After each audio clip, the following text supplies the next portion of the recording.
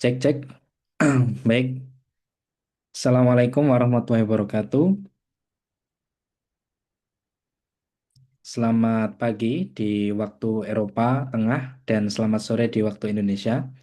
Salam sejahtera untuk kita semua. Puji syukur kehadirat Tuhan Yang Maha Esa. Karena pada hari ini, Sabtu 29 November 2025, kita dapat berkumpul dalam kegiatan webinar akademik yang diselenggarakan oleh PPI Hungaria dengan tema The Road to International Publication, Writing, Submission, and Review Process Explained. Perkenalkan, saya Prasetyo Listiaji akan memandu acara pada kesempatan hari ini. Yang sama-sama kita hormati, Ketua PPI Hungaria, Saudari Nimade Amelia Retnata Dewi, segenap narasumber dan moderator yang pada kali ini berkesempatan hadir, dan seluruh peserta yang berbahagia. Acara ini bertujuan untuk memberikan wawasan lengkap terkait dengan penulisan artikel ilmiah, khususnya publikasi di jurnal internasional bereputasi, strategi submisi ke jurnal yang bereputasi, hingga cara menghadapi proses review secara efektif dan percaya diri. Sehingga nantinya teman-teman yang ingin melakukan submission ke jurnal internasional dapat mendapatkan kemungkinan accepted rate yang lebih tinggi. Kesempatan seperti ini sangat berharga, apalagi narasumber kita adalah akademisi yang telah berpengalaman menembus berbagai jurnal internasional bereputasi. Baik, narasumber kita yang pertama adalah Dr. Willy Kriswardana dari Universitas Jember. Beliau adalah alumni Stipendium Hungarikum angkatan 2021 dan juga Dr. Hadit Sukmana dari University of Szeged yang saat ini sedang melakukan postdoktoral. Beliau adalah alumni Stipendium Hungarikum angkatan 2020. Baik, sebelum kita beranjak ke sesi materi, mari kita buka kegiatan webinar akademik ini dengan membaca basmalah bersama-sama. Bismillahirrahmanirrahim. Baik, acara selanjutnya adalah sambutan yang akan disampaikan oleh Ketua PPI Hungaria, yang pada kali ini akan disampaikan oleh beliau, Mbak Nimade Amalia Retnata Putri. Kepada beliau saya persilakan. Terima kasih banyak, Mas Prasetyo. Selamat pagi waktu Hungaria dan juga selamat sore waktu Indonesia. Terima kasih kepada para hadirin dan juga para narasumber, para pengurus yang sudah hadir pada webinar kali ini. Webinar kali ini merupakan salah satu proker dari divisi akademik ya, di mana kita akan menyelenggarakan beberapa webinar untuk uh, menambah pengetahuan para mahasiswa ataupun juga para akademisi yang ada di Indonesia ataupun di Hungaria. Di sini kita seperti sudah dijelaskan tadi oleh Mas Prasetyo, itu ada dua narasumber yang sudah berpengalaman dalam mensubmit artikel di jurnal bereputasi dan kita nanti akan belajar dari mereka berdua. Itu saja, semoga acaranya berjalan lancar dan saya kembalikan lagi ke Mas Prasetyo. Terima kasih. Baik, terima kasih Mbak Amel atas sambutannya. Semoga menjadi pembuka pada webinar akademik kali ini. Baik, langsung saja, tidak berlama-lama, mari kita lanjutkan ke sesi utama pada webinar akademik hari ini, membahas tentang bagaimana strategi submission untuk bisa diterima di jurnal internasional bereputasi. Untuk pada kesempatan hari ini, sesi inti akan dipimpin oleh seorang moderator yang sangat luar biasa. Beliau adalah seorang primary school teachers education dari di Sanata Dharma University Indonesia. Sekarang beliau sedang melakukan atau menempuh studi doktoral PhD degree di Department of Geometry, Doctoral School of Mathematics and Computational Science, University of Debrecen, Hungary. Beliau juga banyak pengalamannya begitu. Beliau lulus dari Universitas Negeri Semarang, yaitu sarjana pendidikan matematika, dan melanjutkan studi master di Universitas 11 Maret di Surakarta pada prodi pendidikan matematika juga. Baik, beliau juga banyak memiliki pengalaman. Yang pertama adalah pengalaman profesional. Beliau adalah dosen di pendidikan dasar begitu, di guru apa namanya, primary school teacher education di Sanata Dharma University di Indonesia. Beliau juga merupakan core prodi ya, Head of Study Program tahun 2016 sampai 2020 di universitas yang sama. Juga merupakan wakil core prodi dari tahun 2014 sampai 2015, dan juga Head of Quality Insurance. Jadi ini merupakan ini ya, kepala penjamin mutu begitu ya, kepala penjaminan mutu akademik tahun 2021 sampai 2023. Tak berlama-lama, mari saya perkenalkan moderator kita yang sangat luar biasa. Beliau adalah Mbak Kristianti Aprinastuti, SSI MPD. Langsung saja kepada beliau saya persilakan untuk memandu acara inti pada pagi hari ini. Silakan, Baik. Mbak Terima kasih Mas Kristianti. Pras untuk waktu dan kesempatannya. Selamat pagi waktu Hungari dan selamat sore waktu Indonesia untuk rekan-rekan sekalian. Sebagaimana yang telah disampaikan oleh MC, perkenalkan saya Kristi, akan memandu jalannya sesi pemaparan materi dan diskusi pada webinar kita hari ini. Sebelum memasuki materi yang utama, izinkan saya menyampaikan alur sesi kita, yaitu pemaparan dari narasumber pertama, yaitu Mas Willy, nanti akan eh, selama 30 menit, kemudian dilanjutkan pemaparan narasumber kedua, yaitu Mas Hadid, selama 30 menit, dan kita mempunyai waktu sesi tanya-jawab yang cukup panjang. Ini kita bersyukur kita bisa diskusi dan mungkin berkonsultasi selama 40 menit. Selama pemaparan berlangsung, mohon rekan-rekan dapat menonaktifkan handphone terlebih dahulu, seperti itu. Dan jika memiliki pertanyaan, boleh dituliskan di kolom chat atau nanti disampaikan langsung pada sesi diskusi. Baik, berpanjang kata, kita akan masuk di sesi utama dengan narasumber pertama, yaitu Dr. Willy Kriswarda yang merupakan asisten profesor di Fakultas Teknik Universitas Jember, sekaligus dulunya adalah alumni dari Budapest University of Technology Economic Hungary, dan beliau ini menyelesaikan S1 di Universitas Jember, S2 di ITS Surabaya, dan meraih gelar PhD yaitu di BMI Hungary melalui beasiswa stipendium Hungarikum tadi sudah disampaikan. Dan selama studi double-nya, beliau ini juga berhasil meraih penghargaan Second Winner of BMI Research Grant pada tahun 2024. Di dalam dunia publikasi nasional, Mas Willy termasuk sangat produktif. Karya-karyanya terbit di jurnal berreputasi seperti Travel Behavior and Society, Transport Policy, Sustainable Cities and Society, hingga Expert System with Application. Semuanya jurnal terindeks tinggi dan memiliki pengaruh besar di bidang transport. Riset beliau banyak berfokus pada mobility as a service, termasuk analisis preferensi pengguna, segmentasi metode lanjutan, hingga kajian intermodalitas dan transport modeling.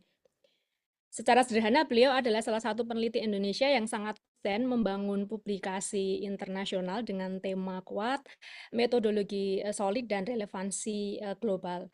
Dan yang luar biasa, hari ini beliau berbagikan strategi dan pengalaman suksesnya kepada kita semua. Ini kalau saya bacakan semua publikasinya, mungkin 3 hari 3 malam tidak akan selesai ya. Jadi langsung saja, tanpa berpanjang kata, kepada Mas Willy kami persilahkan. Oke, baik. Terima kasih Mbak Kristianti Aprinastuti dan juga terima kasih Mbak Amel sudah memberikan kesempatan untuk berbagi ke teman-teman.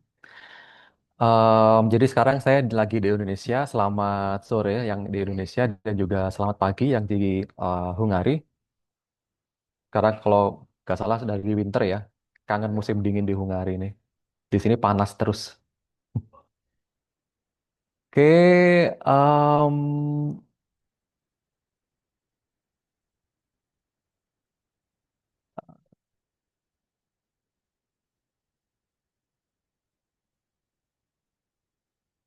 semoga sudah kelihatan ya slide saya. Sudah, sudah.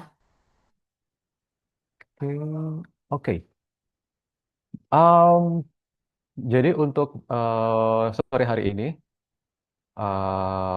saya akan lebih banyak membahas bukan mengenai apa itu artikel ilmiah, kemudian em, isi-isi artikel ilmiah yang baik itu seperti apa, karena saya percaya bahwasanya mbak-mbak mas ini sudah sangat ahli ya dengan hal-hal seperti itu. Namun di sini saya akan lebih banyak membahas itu mengenai trik-trik dan juga teknisnya bagaimana kalau kita ingin tembus ke jurnal bereputasi.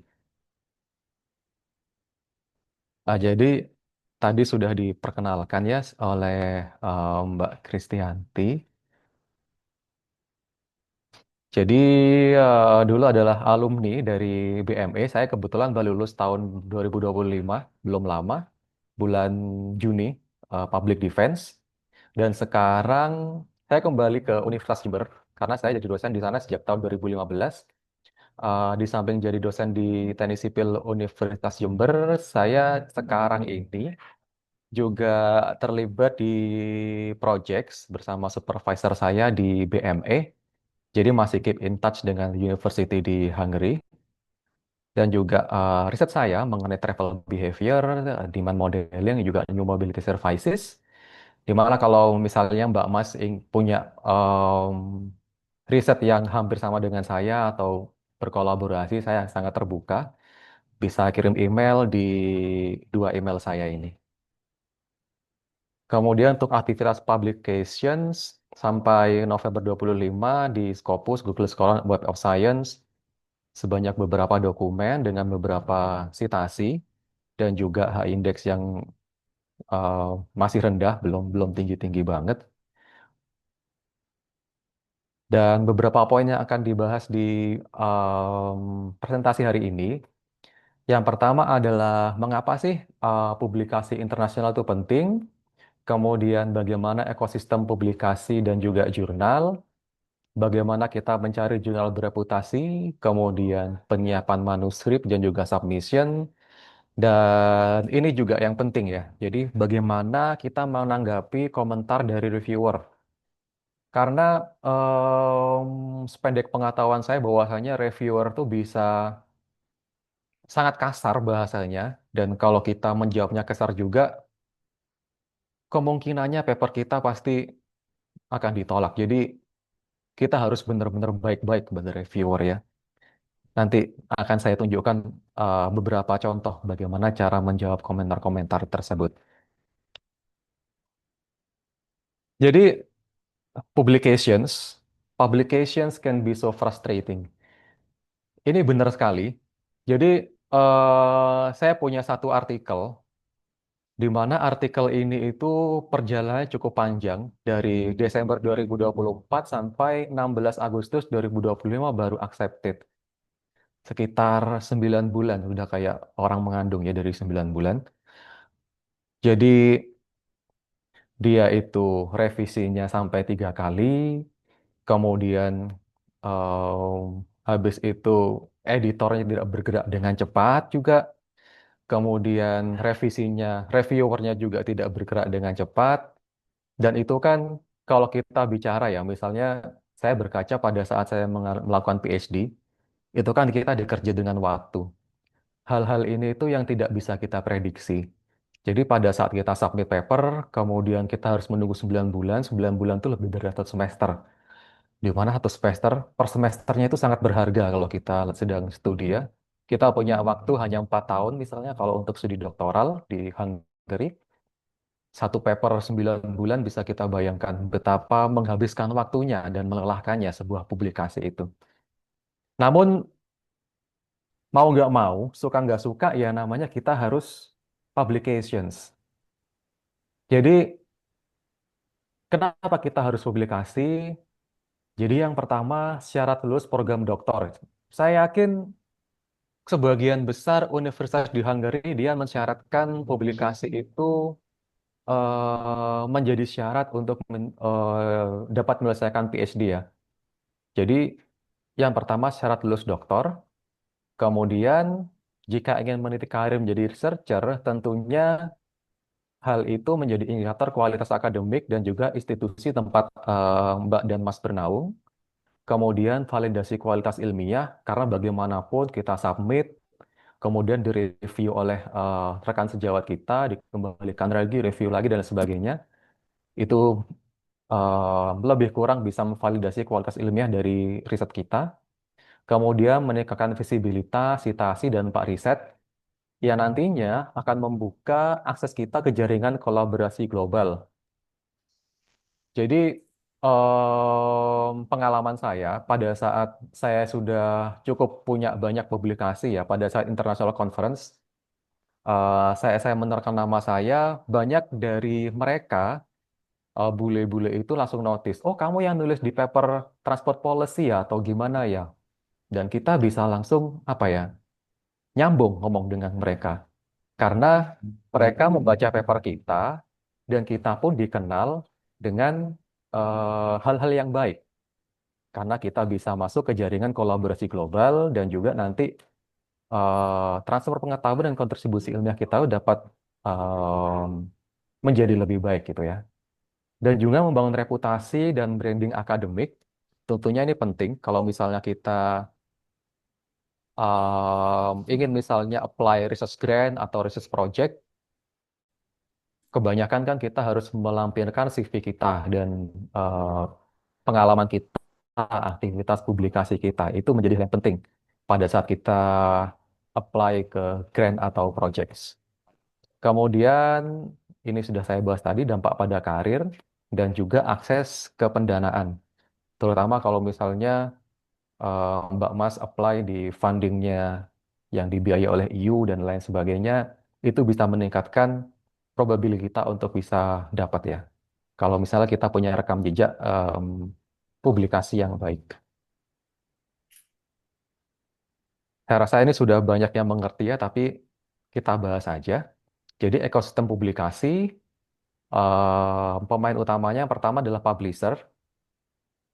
Contoh besarnya sering kita mengetahui Elsevier, Springer Nature, IEEE untuk teman-teman yang ada di Electrical Engineering atau Computer Science, Wiley, Taylor Francis, dan juga MDPI. Jadi mereka menyediakan platform jurnal dan standar editorial yang cukup tinggi, dan tiap jurnal itu mempunyai scope, aim, standar kualitas, dan komunitas ilmiahnya. Sabar, Bu. Jadi pada saat kita misalnya membidik satu jurnal gitu, scope aims kita itu harus kita baca dulu pada saat sebelum submit untuk menghindari yang namanya desk rejections. Kemudian editor in chief dan associate editors itu tugasnya menilai kecocokan naskah, menentukan reviewer dan juga membuat keputusan akhir. Kemudian ada reviewer, ahli di bidang terkait yang menilai kualitas naskah secara independen. Kemudian ada authors dan researchers, itu produsen konten ilmiah yang memenuhi dan mematuhi etika dan standar akademik ini. Jadi beberapa dari kita barangkali sudah ada authors, reviewers, atau bahkan jadi editors di jurnal-jurnal bereputasi. Kemudian tipe publikasi. Jadi yang pertama adalah review artikel. Jadi review artikel itu kalau Mbak Mas adalah mahasiswa PhD, itu bisa menjadi langkah awal di studi PhD. Jadi 1 tahun saya kuliah PhD dulu, awalnya saya itu banyak membaca ya tentunya. Membaca artikel-artikel, kemudian saya rangkum dan lain sebagainya.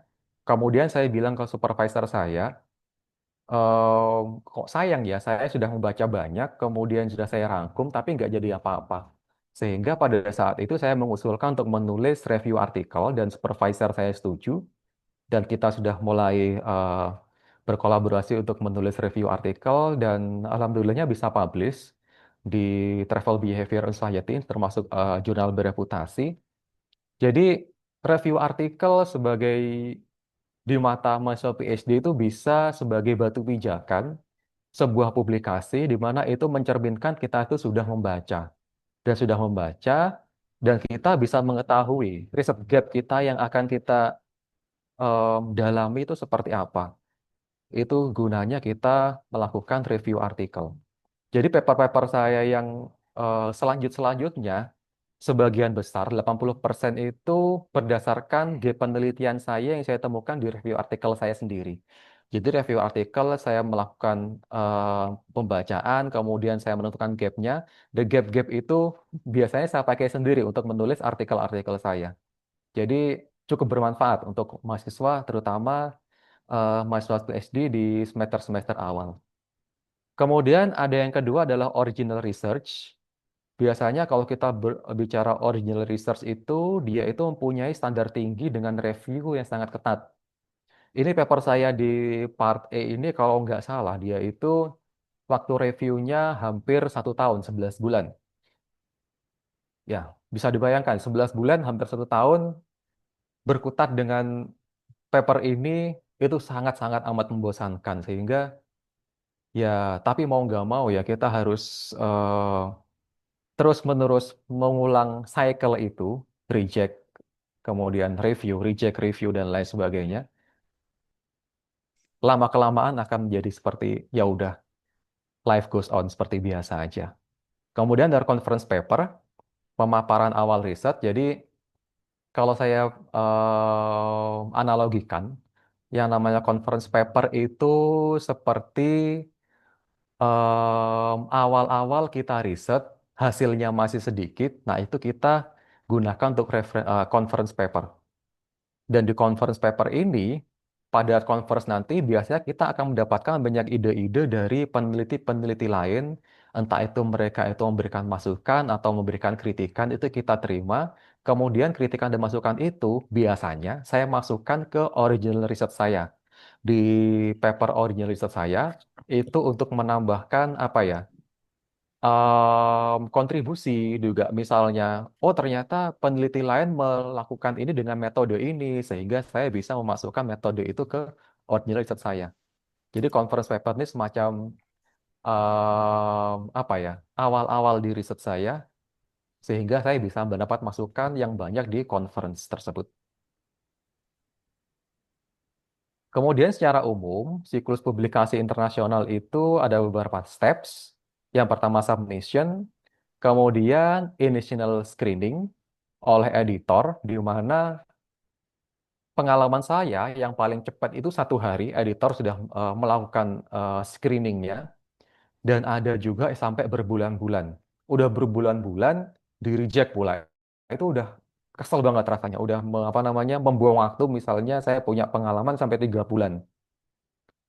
Rasanya udah ini ngapain aja sih lu jadi editor gitu ya. Jadi pada saat udah berbulan-bulan kita menunggu, karena secara etika, pada saat kita sudah submit di satu jurnal, itu kita nggak diperbolehkan untuk submit di jurnal lain.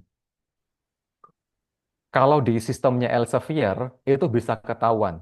Saya pernah soalnya, dan itu memalukan sekali. Makanya saya nggak akan mengulangi lagi hal seperti itu. Jadi pernah saya submit satu paper, karena saya sudah nunggu berbulan-bulan itu, saya submit di paper lain, tapi masih dalam satu publisher di Elsevier, dan editor di jurnal kedua ini bilang ke saya, kamu lo sudah submit di sini, ngapain kamu submit di sini? Kamu sudah sampai di situ, ngapain kamu submit di sini gitu. Itu memalukan sekali dan saya sudah nggak mau lagi melakukan hal seperti itu. Kemudian peer review dan decision, jadi kebanyakan minimal 2 review. Saya juga pernah dapat sampai 4 reviewer.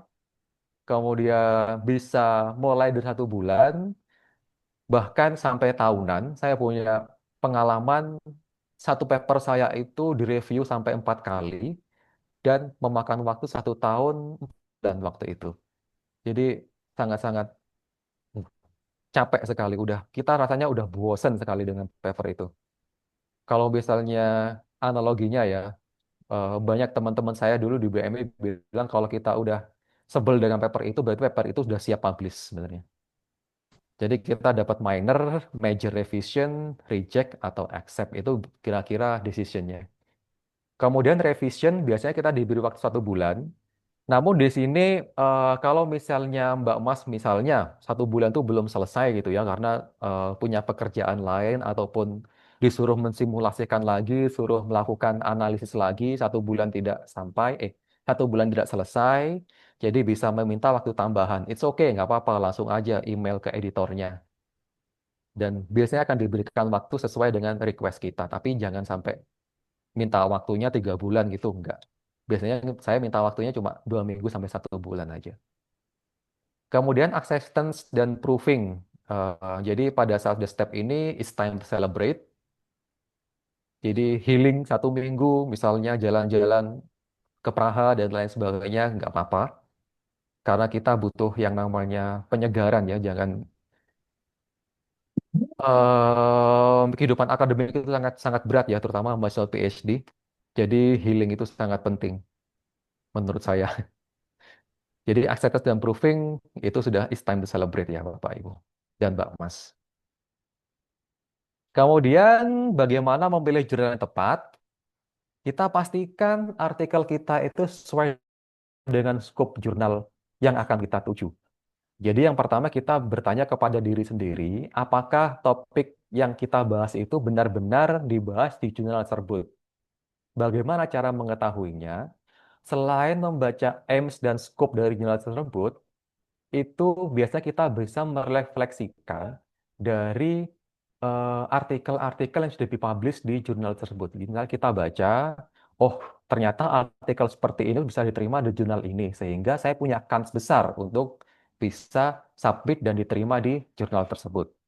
Atau bisa dilihat dari daftar pustakanya Bapak Ibu atau Mbak Mas ya. Jadi pada saat saya kebiasaan ngajar apa namanya mahasiswa tua S2, jadi makanya saya jadi Bapak Ibu jadinya. Jadi Anda benar-benar di jurnal tersebut, misalnya di daftar pustakanya itu banyak mensitasi artikel dari jurnal-jurnal misalnya transportation. Nah, berarti kita, secara tidak sadar bahwasanya artikel itu kemungkinan besar akan sesuai dengan aims dan scope dari jurnal itu. Itu secara nggak sadar aja sebenarnya dari reference kita. Kalau banyak referensinya dari jurnal A, kemungkinan besar kita akan diterima di jurnal A tersebut. Kemudian, apakah metode atau data Anda relevan dengan komunitas membaca jurnal? Jadi bisa ditentukan di aims dan scope ya. Kemudian, perhatikan tingkat kompetisi, Q-nya, SJR-nya, side score, impact factor, dan juga acceptance rates jika ada. Jadi sebenarnya kita bisa menilai diri kita sendiri ya. Kita misalnya menulis jurnal, artikel jurnal, oh ini bagus banget nih, ini kita harus masuk di top tier nih. Itu kita punya perasaan tersendiri kalau misalnya kita sudah banyak membaca dan juga menulis artikel. Dan juga ini yang perlu dihindari ya, hindari predatory. Ciri-cirinya tuh fast review, kurang dari 1 minggu udah dapat reviewnya, wah itu perlu dicurigai. Tidak jelas siapa editornya, jadi penting ya, dilihat profil editornya seperti apa, kemudian meminta fee sebelum review. Rata-rata submission itu free, jadi nggak ada submission fee-nya. Website tidak profesional, dan juga saran saya gunakan DOAJ, Scopus Journalist, atau SJR dari um, Clarivate. Kemudian kita mengevaluasi artikel kita sendiri, apakah novelnya cukup kuat, metodologinya sudah tepat, robust, kemudian apakah data cukup meyakinkan. Jadi nilai keunikan temuan itu untuk menentukan level jurnal yang sesuai. Jadi misalnya membuat metodologi baru gitu misalnya, langsung aja tembak ke top tier gitu. Jadi nggak usah takut-takut menembak ke jurnal-jurnal bereputasi kalau kita yakin novelty dan juga metodologi kita itu baru. Kemudian untuk submission, jadi persiapan sebelum submit, yang pertama adalah manuskrip sesuai format. Jadi kalau di Elsevier itu rata-rata dia tidak meminta format yang gimana-gimana. Asalkan misalnya pakai spasi double dan lain sebagainya. Kalau Taylor Francis itu kebanyakan dia menggunakan format. Dia punya format tersendiri kalau Taylor Francis. Dan juga cover letter, ini nanti saya tunjukkan contohnya. Daftar autor, kalau misalnya jurnal itu adalah double blind, kalau single blind kita bisa memasukkan daftar autor di manuskripnya, highlights jika diperlukan, conflict of interest statement, dan juga recommended reviewers. Jadi beberapa jurnal itu meminta kita untuk memasukkan rekomendasi reviewers. Antara 2 sampai 5 reviewer yang potensial bisa mereview paper kita. Kemudian kalau kita bicara cover letter, jadi ada beberapa bagian, itu biasanya dibuka dengan opening. Dear nama editor in chief, we are pleased to submit our manuscript dengan title bla bla bla bla for consideration in journal X gitu misalnya. Kemudian yang kedua adalah contribution statement. Jadi paragraf kedua itu silahkan mulai digali, kita pamer istilahnya ya, dipamerkan novelty dari paper kita apa, gap penelitian dari paper kita apa, kontribusinya ke literatur dan juga ke praktis itu seperti apa. Kemudian mengapa artikel ini cocok dengan jurnal tersebut itu kita perlu pamerkan hal itu. Kemudian kita perlu assurance statement bahwasannya artikel ini tidak sedang diproses jurnal lain. Tidak ada plagiarisme dan semua autor menyetujui naskah. Dan closingnya kita tentunya berharap artikel itu diterima dan juga kita mencantumkan informasi korespondensi ya, meskipun misalnya di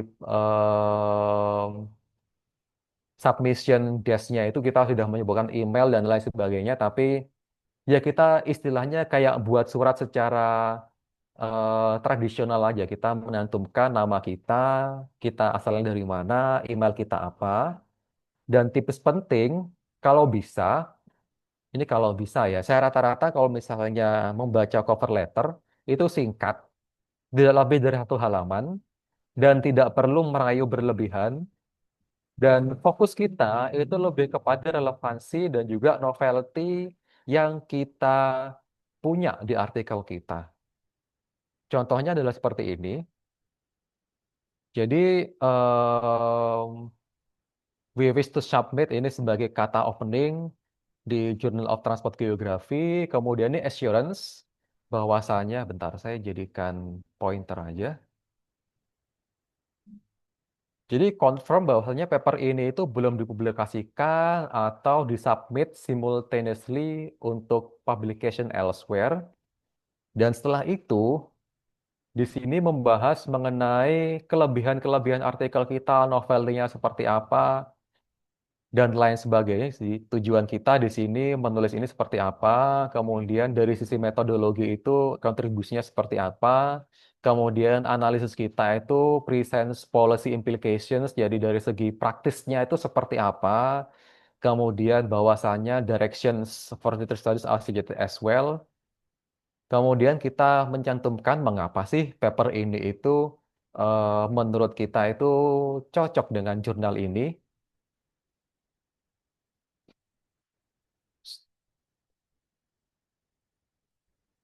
Jadi, sorry, might be of interest and readers interest of relationship between generations and travel behavior. Kita state bahwasanya artikel itu in what sense dia itu cocok dengan jurnal tersebut. Kemudian address all correspondence ke sini, kemudian kata penutup dan juga siapa penulisnya itu dicantumkan di sini. Ini nggak lebih dari 1 halaman ya. Jadi sebisa mungkin jangan terlalu panjang dan jangan terlalu merayu. Dan ini yang paling penting, eh tidak usah menggunakan AI untuk menulis cover letter. Jadi saya banyak ya membaca di cover letter dia itu dulu menggunakan AI. Itu menjadi apa ya? Kayak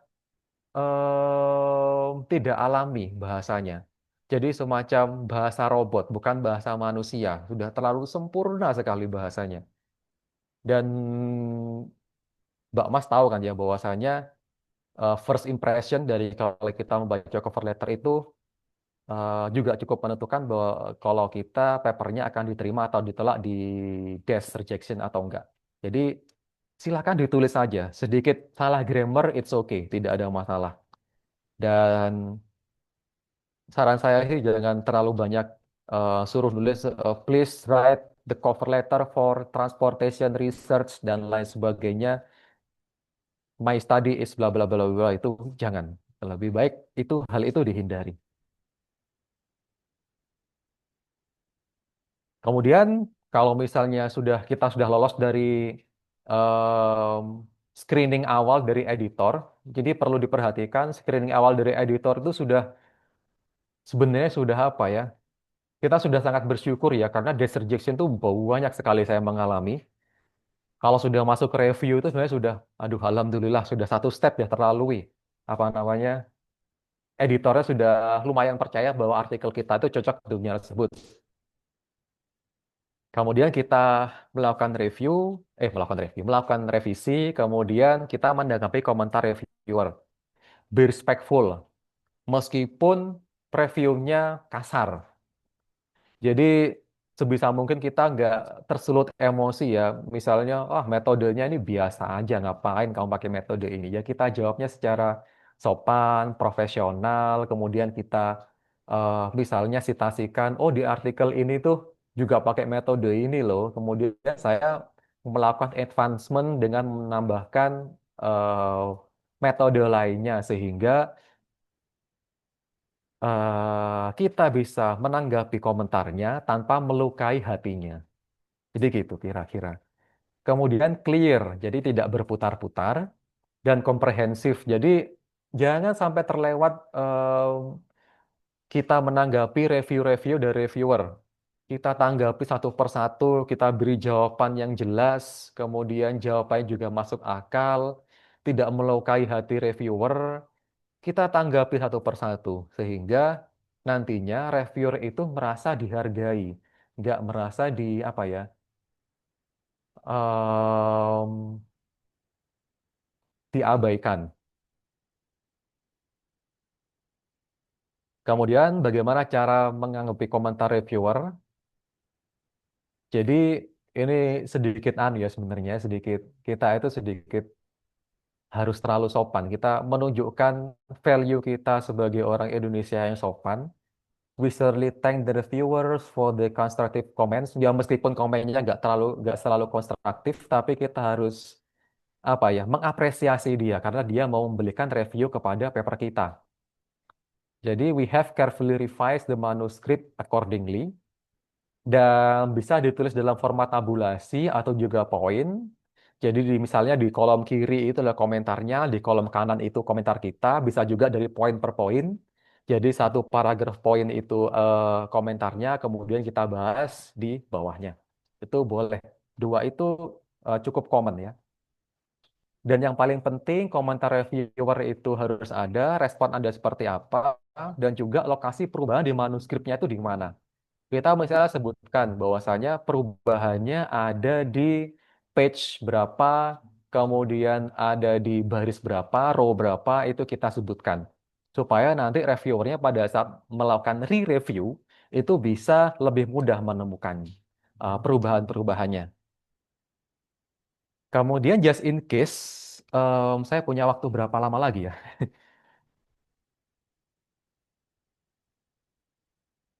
Masih lama ya Mbak Kristi ya? Oh, sampai 11.45, Mas. Tar lagi berarti. Oke, kalau tidak setuju dengan reviewer, kita harus tetap sopan. Jadi, we appreciate the reviewer's comment. However, after careful consideration, kita bisa masukkan apa namanya pendapat-pendapat kita dan juga sertakan bukti dan referensi untuk memperkuat posisi Anda. Jadi, contohnya misalnya em, ini misalnya saya punya di sini ya, the discussion of the future research agenda is weak. Wah, ini komentarnya kan sangat to the point ya. Waduh, lemah ini. There are several modeling issues still to justify yang bla bla bla. Jadi jawab aja secara singkat, we have updated the future research agenda by including possibility dan lain sebagainya. Kemudian ini penting ya. Nanti saya bahas di selanjutnya aja kalau yang ini. Kalau yang kedua ini, saya itu terbawa emosi pada saat itu, sehingga reviewer ini itu sangat kasar sekali kalau memberikan review dan juga dia itu suggestionnya itu kayak nggak masuk akal menurut saya. Simply state things dan bla bla bla bla bla dan merging the results and discussion section to integrate the discussion. Saya nggak setuju sehingga saya apa namanya menjawabnya itu cukup singkat dan agak kesal juga saya waktu itu menjawabnya. Separating the results and discussion is following the logical flow of this paper and keeps the reliability. Therefore, if the reviewer can agree with that, we would like to keep the original structure of the paper. Saya nggak mau merubah struktur paper saya. Konsekuensinya apa? Saya masuk ke round every review selanjutnya. Jadi itu ya udah, jadi yang di round review ketiga atau keempat itu kalau nggak salah saya sudah menyerah lah, ya udahlah. Saya jadikan satu aja daripada saya nggak selesai-selesai cycle of review-nya. Akhirnya di cycle ke selanjutnya saya menyerah. Saya manut aja ke reviewer. Jadi saran saya, kalau misalnya hal itu tidak merubah secara eh, garis besar penelitian kita, ya udah kita turuti aja reviewer itu. Karena reviewer itu juga bisa sangat-sangat stubborn.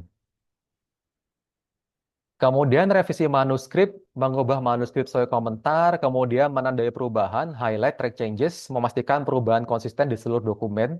Jadi nggak hanya satu dirubah, kemudian di belakangnya nggak dirubah. Misalnya kita merubah metode, tapi diskusinya nggak berubah. Itu ya jangan ya. Jadi kalau metodenya dirubah, diskusinya juga harus dirubah dong.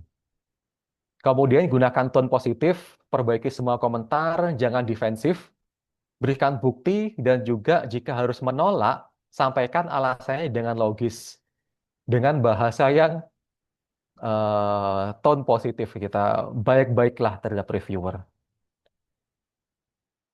Kemudian menghadapi rejection, ini desk rejection itu biasanya dilakukan oleh editor, biasanya tidak sesuai scope, format tidak sesuai, novelty-nya kurang, editor menilai artikel tidak cocok sejak awal.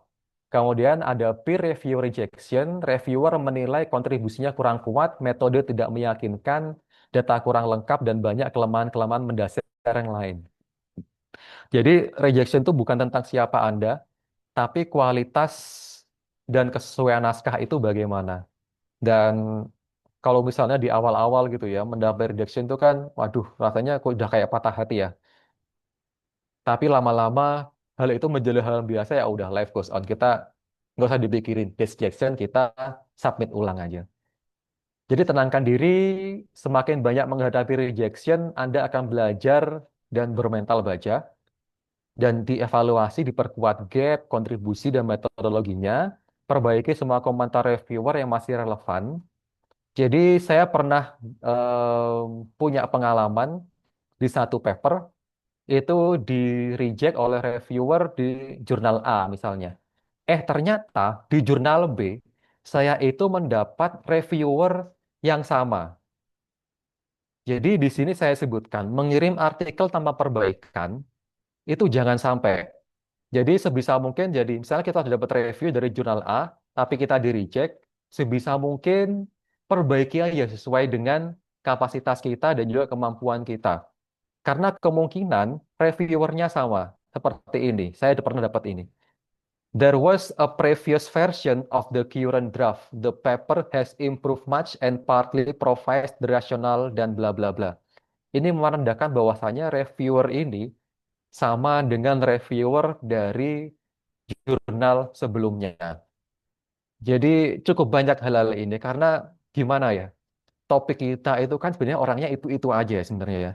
Sehingga kemungkinan besar kita dapat reviewer yang sama itu ada, meskipun nggak terlalu sering, tapi tetap ada. Dan jangan submission cepat ke jurnal predator karena frustration. Jangan. Dan ini juga penting, pilih jurnal baru tidak harus turun level. Nggak.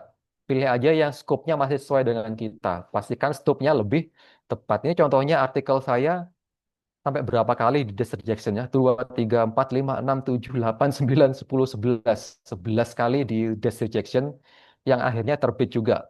Tetap di Q1.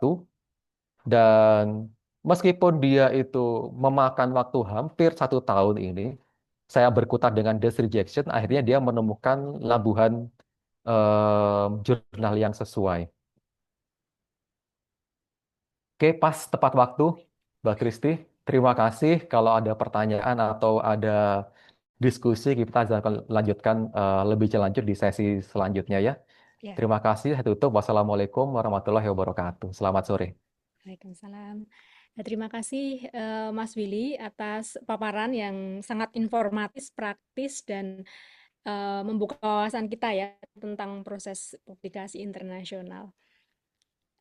Rekan-rekan yang memiliki pertanyaan boleh nanti menuliskan di kolom chat atau disampaikan langsung nanti pada saat diskusi.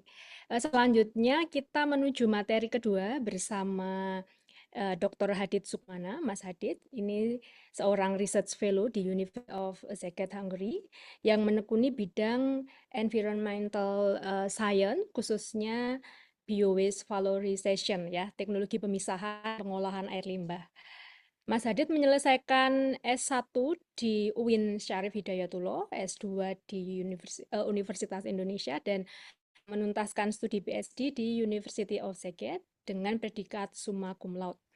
Prestasi akademiknya ini juga tidak main-main. Beliau menerima Excellent Doctoral Scholarship, Dissertation Scholarship, serta beberapa penghargaan penelitian lainnya. Dalam publikasi internasional, Mas Hadid memiliki rekam jejak yang sangat kuat di jurnal-jurnal Q1 tentunya, European Food Research and Technology, Applied Water Science, kemudian Recycling. Sebenarnya risetnya mengeksplorasi rice hulls sebagai bioadsorbent, teknologi membran untuk pengolahan limbah hingga pemanfaatan dalam proses pemisahan protein. Dengan konsistensi publikasi dan pendekatan penelitian yang data driven, Hadid menjadi contoh nyata bagaimana strategi dan analisis peluang publikasi dapat diterjemahkan menjadi karya-karya ilmiah yang berhasil menembus jurnal bereputasi tinggi. Tampaknya juga tak perlu berpanjang kali lebar kepada Mas Hadid, waktu dan layar saya aturkan. Terima kasih banyak Mbak Kristianti. Suara saya terdengar ya? Ya Mas, jelas. Oke, saya coba share dulu.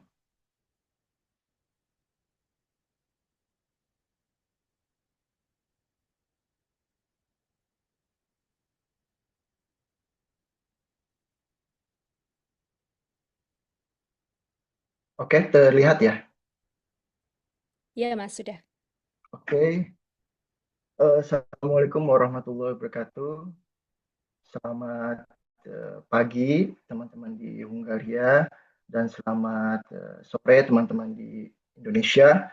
Saya ucapkan terima kasih banyak kepada Persatuan PPI Hungari sudah menyelenggarakan acara yang sangat baik sekali dan sudah memberikan kesempatan bagi saya untuk berbagi intinya ya.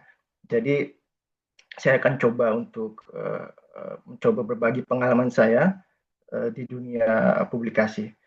Namun pertama-tama saya juga ingin mengucapkan turut berduka cita ya dan prihatin terhadap musibah yang terjadi saudara-saudara kita di Sumatera Utama. Saya juga memantau langsung di sini melihat bagaimana musibah yang terjadi di Aceh, di Sumatera Barat, di Sumatera Utara juga. Kita doakan semoga mereka semua kuat menjalaninya dan semoga badai cepat berlalu lah. Nama saya Hadid Sukmana, saya asli orang Bekasi, saya lahir di Bekasi. Sebenarnya pengalaman saya lebih banyak di private sector ya, di bidang private sector, di NGO. Namun setelah itu saya beralih ke dunia akademik karena saya mendapatkan beasiswa S3 di University of Szeged melalui Stipendium Hungaricum. Pada saat itu, pada zaman itu sebenarnya tahun 2020 itu sangat unik sekali karena saya mungkin satu-satunya atau mungkin beberapa orang yang bukan berasal dari dosen pada saat itu. Tapi saya diberikan kesempatan untuk melanjutkan S3 di Hungaria. Jadi saya nggak tahu kalau sekarang mungkin agak lebih ketat ya karena butuh NIDN dan lain-lain. Kalau pada saat zaman itu belum terlalu harus dosen atau apapun itu. Oke, sekarang saya melanjutkan postdoc juga di universitas yang sama dan saya sedang mengerjakan proyek bersama antara Hungaria dan juga Turki Jadi saya akan coba share di sini. Sebentar. Tentang boosting acceptance rates, analysis, strategy, and insight for international publication. Tadi mungkin Mas Willy juga sudah menjelaskan ya, kenapa sih sebenarnya kita harus melakukan publikasi. Ya mungkin simpelnya adalah ya untuk memenuhi doktoral, recommended doktoral misalkan, untuk supaya lulus dan lain-lain. Tapi mungkin secara idealnya adalah kenapa kita harus melakukan publikasi, ya untuk kita bertukar pikiran, bertukar pikiran secara global. Mungkin kita pengen tahu orang Brazil sebenarnya mau meneliti apa sih, orang di misalkan di Indonesia sedang meneliti apa yang hype, terus orang di Amerika sedang meneliti apa, itulah sebenarnya fungsi dari publikasi. Dan di sini saya bisa buat juga sebenarnya riset kita itu belum selesai sampai dengan terjadinya publikasi. Orang-orang misalkan contoh mungkin yang paling tinggi lah, orang-orang yang kayak peraih Nobel dan lain-lain itu, dia mungkin sudah melakukan risetnya 20 tahun yang lalu dan sudah dipublikasikan, dan dia konsisten sampai saat ini, itu akhirnya dia terkenal, terrecognize oleh orang-orang gitu. Contoh misalkan dari Saget sendiri itu ada peraih Nobel, Katalin Karikó, dia itu menemukan mRNA itu untuk vaksin COVID. Dia itu udah melakukan penelitian itu sebenarnya mungkin 30 tahun yang lalu, bahkan 40 tahun yang lalu dia udah meneliti, dan baru sekarang itu orang, oh ternyata bisa digunakan untuk vaksin dan lain-lain. Jadi publikasi itu juga sangat penting untuk kita, selain tadi memenuhi syarat untuk lulus dan lain-lain seperti itu. Nah, tadi juga sudah dijelaskan ya bahwa apa kita bisa publish di jurnal. Mungkin ada juga jurnal yang non peer review ada, dan tapi sebagai akademisi, sebagai orang yang memang kita ingin mencapai tingkat publikasi yang baik, ya seharusnya kita melakukan publikasi di peer review. Kenapa? Karena ketika kita melalui proses peer review itu membuat hasil riset kita itu lebih kuat, dan sebelum riset kita itu masuk ke komunitas science. Selanjutnya itu juga kita punya peluang untuk improve kontribusi kita terhadap bidang yang kita tekuni, dan kita juga mendapat kredit dari situ. Jurnal-jurnal dengan peer review itu membuat atau meningkatkan manusia kita ke arah yang lebih baik gitu. Karena Mohon maaf Mas, suaranya kurang stabil. Oh gitu ya? Ya. Sebentar.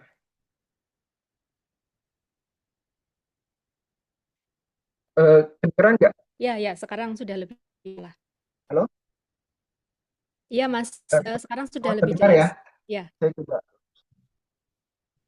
Jadi peer review itu mengimprove manuskrip kita yang tadinya mungkin manuskrip kita nilai, oh ini sudah bagus sekali nih, tapi ketika kita masuk ke peer review proses, banyak sekali revisi yang harus kita lalui. Ya itu adalah bagian dari proses ketika kita ingin mendapatkan manuskrip yang baik seperti itu. Nah, sebenarnya apa sih yang editor ataupun reviewer mau dari kita? Apakah dia bertanya apakah novelty kita itu cukup, atau memang ini adalah penelitian yang memiliki kebaruan, atau penelitian kita ini cukup menarik atau enggak sih di bidang-bidang tertentu seperti itu. Lalu apa sih yang editor inginkan? Ya pasti adalah good quality science. Mereka menginginkan kita submit paper yang memang sebaik dan bisa berkontribusi di komunitas science terutama. Karena apa? Karena kalau misalkan paper kita sudah baik, itu sangat mudah lolos dari editor dan masuk ke proses peer review. Jadi editor sepertinya tidak mau buang waktu kalau misalkan ujungnya nanti akan di reject juga, maka dari itu dari editor udah disaring duluan. Terus original research juga itu juga salah satu yang penting juga selain review paper. Setelah itu ini papernya apakah menarik pembaca, atau risetnya juga interesting atau enggak, itu juga salah satu yang editor mau. Lalu ini penting juga mungkin kejelasan tulisan kita, makanya kan mungkin ada namanya proofreading dan lain-lain, sebuah tool digunakan untuk membantu kita membuat manuskrip kita menjadi lebih baik secara tata bahasa gitu. Apalagi sekarang mungkin ada bantuan AI juga diperbolehkan dalam proses menulis, cuma makanya dijelaskan di beberapa publisher itu AI bisa digunakan hanya untuk membantu penulis merapikan tulisan dan lain, bukan untuk mengenerate idea. Itu yang penting. Jadi AI digunakan untuk membantu kita, bukan untuk menuliskan paper kita gitu. Jadi itu kadang juga harus penting, kita harus wise lah, harus bijak dalam penggunaan artificial intelligence itu.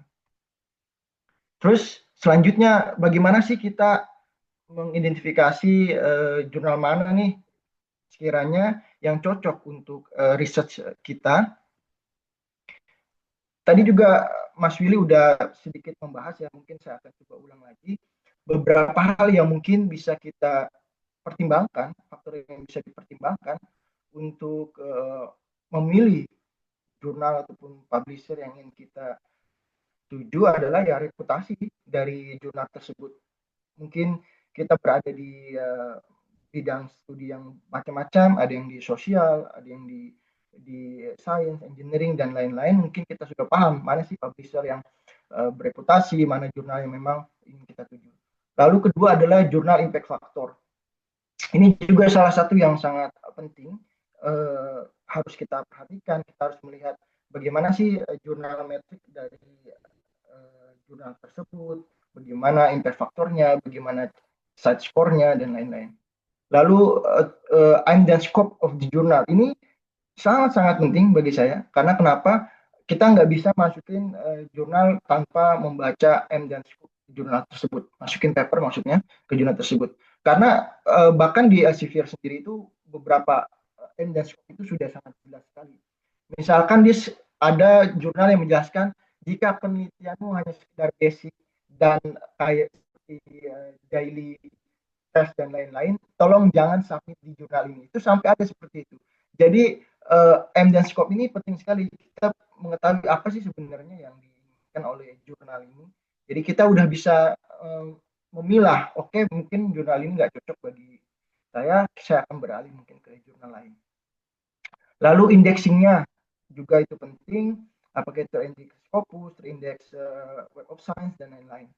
Lalu artikel publishing option-nya, apakah dia menerima mungkin open access atau hybrid journal, subscription, dan lain-lain.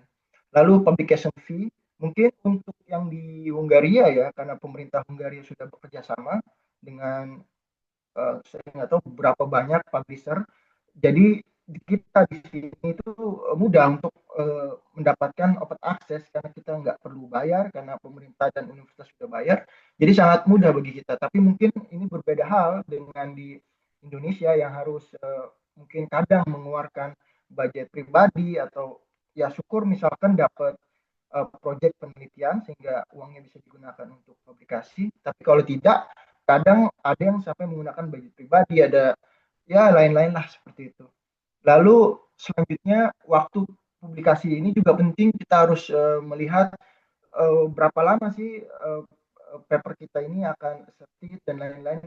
Biasanya akan tertera di website dari jurnal tersebut. Ini sedikit saya share juga. Contoh misalkan di jurnal Separation and Purification Technology, publishernya Elsevier, dia udah menampilkan misalkan side score-nya berapa, impact faktornya berapa, lalu full aim and scope-nya kita bisa baca di sini. Oh, jurnal ini dedicated untuk ini, hal-hal yang sebenarnya nggak, misalkan paper saya masih di sini, misalkan hanya tes X dan Y, oh jurnal ini pengennya seperti ini. Kita udah bisa memfilter sendiri. Lalu artikel publishing option-nya apakah itu open access ataukah subscription, itu juga penting bagi kita. Lalu nah APC atau artikel publishing chart-nya berapa yang harus kita bayar kalau misalkan memang itu harus keluar dari kantong pribadi kita, karena itu juga bukan hal yang murah seperti $4.000 atau kalau di MDP itu biasanya menggunakan Swiss franc, itu juga lumayan jika kita rupiahkan gitu. Lalu selanjutnya adalah time to publication. Misalkan di sini tertera submission to first decision-nya 4 hari. Walaupun apapun yang tertera di sini itu bukan menjadi patokan, tapi mereka hanya mengeneralisir lah. Oh, setidaknya setelah 4 hari submission kamu dapat first decision. Setidaknya ada informasi yang kita dapat sebelum kita submit paper kita ke jurnal tersebut. Lalu di sini ada submit to online publication itu 2 hari. Walaupun nggak semua publisher juga menampilkan timeline yang rigid seperti ini, yang detail seperti ini. Ada juga beberapa yang tidak menampilkan. Ada yang menampilkan misalkan acceptance rates dari jurnal tersebut, ada yang juga tidak menampilkan. Jadi memang tergantung publisher mana yang kita pilih. Nah, novelty ini juga salah satu yang penting ya. Jadi memang dalam proses publikasi sendiri itu kita itu harus mengenal dulu sebenarnya paper kita atau manuskrip kita ini sudah sejauh mana sih ketika kita bandingkan dengan paper-paper yang sudah publish di luar sana gitu. Apakah novelty kita ini benar-benar high atau oke biasa-biasa aja seperti itu, atau memang kita menemukan misalkan rumus baru, equation baru, dan mungkin orang belum pernah menemukan, itu juga jadi hal poin yang penting. Walaupun di sini saya tidak mengatakan bahwa jangan takut ketika misalkan saya mungkin novelty-nya nggak bagus-bagus, sudahlah pilih aja yang EF-nya rendah gitu. Nggak juga, kita juga harus menantang diri kita juga dan mencoba. Kan kita nggak pernah tahu gitu, jadi kita coba. Tapi ini adalah sebenarnya basic ataupun general pengetahuan. Kalau misalkan kita merasa oke, kita membangun penelitian yang basicnya konseptual yang lebih tinggi atau basic knowledge, equation, dan lain-lain, mungkin kita bisa memilih impact factor yang lebih tinggi karena kita menemukan sesuatu yang belum pernah ditemukan seperti itu. Walaupun memang sangat sulit sekali untuk saat ini ya, kita menemukan sesuatu yang benar-benar baru. Ya, ada tapi mungkin sangat sulit. Kebanyakan adalah mengembangkan apa yang sudah ada, seperti itu. Nah, ini consideration, other consideration-nya. Mungkin kita harus lihat juga reputasi dari dan peer review prosesnya seperti apa, apakah transparan atau tidak. Lalu author support service, apakah ketika kita punya kendala komunikasi dengan editor dan lain-lain, apakah dia akan membalas dengan cepat, apakah pertanyaan-pertanyaan kita dijawab dan lain-lain. Lalu ethical, lalu open access.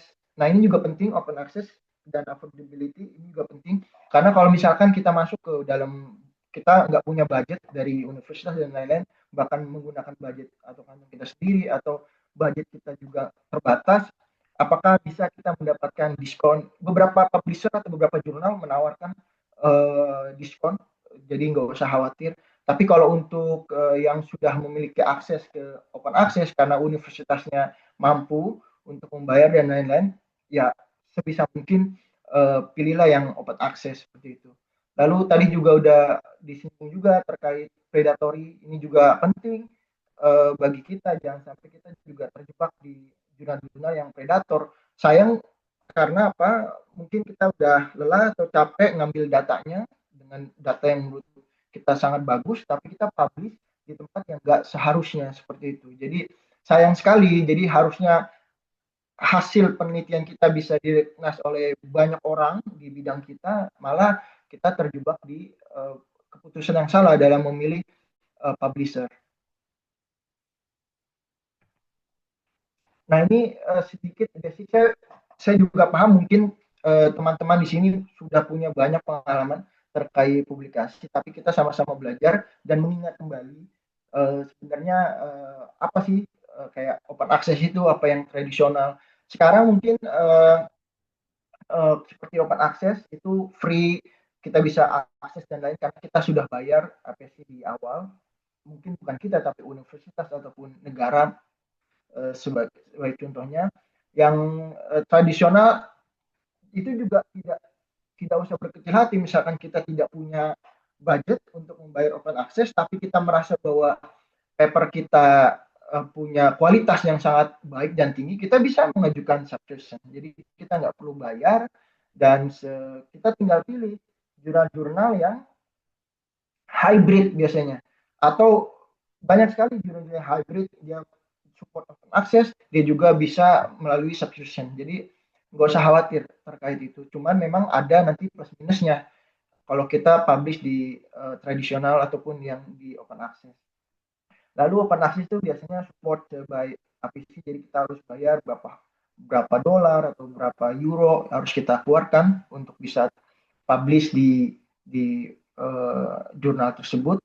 Lalu copyright juga itu biasanya itu kita dapat full copyright. Ini saya kembali mengingatkan, mungkin saya nggak tahu ya, dulu mungkin 10 tahun yang lalu ketika saya masih master dan lain-lain, di Indonesia itu lebih banyak fokusnya apakah dia terindeks Scopus atau tidak, terindeks Scopus atau tidak. Tapi ketika saya sampai di sini, pandangan itu berubah gitu. Ternyata kan kalau kita ketahui ada dua pemain besar lah kalau saya bilang indexing. Itu ada Scopus, ada Web of Science. Walaupun sampai saat ini data yang dimiliki Scopus itu range-nya itu lebih besar ketimbang Web of Science. Karena Web of Science itu lebih spesifik biasanya. Sehingga memang kalau kita bilang ada dua circle, ada Scopus, ada Web of Science, dan terkadang kedua ini itu saling tumpang tindih. Ada yang memang terindeks Scopus aja, ada yang memang terindeks Web of Science saja. Tapi mostly yang terindeks Web of Science itu biasanya juga terindeks Scopus. Jadi kalau bisa ya pilihlah memang yang terindeks keduanya, baik itu secara Scopus ataupun Web of Science. Web of Science sendiri sudah mengeluarkan beberapa indexing. Contohnya misalkan kayak Emerging Source Citation Index, Science Citation Index, dan lain-lain. Mereka punya cara sendiri bagaimana mengakses jurnal tersebut layak tidak mendapatkan impact factor seperti itu. Tapi mulai tahun 2022 kalau saya nggak salah, jurnal yang terindeks emerging atau ESCI pun itu tetap dapat impact factor. Jadi sekarang itu Web of Science punya peraturan baru. Biasanya sebelumnya kalau dia masih terindeks emerging itu belum dapat impact factor.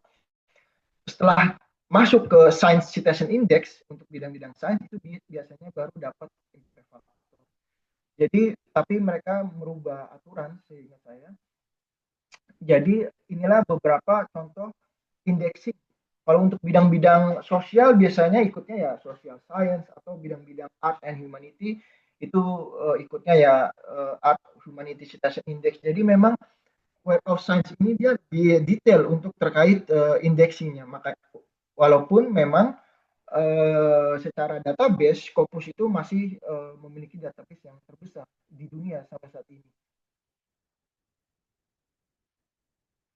Nah ini contohnya, kalau misalkan kita buka Springer, hampir Springer itu template ya, hampir semua modelannya seperti ini, contoh itunya.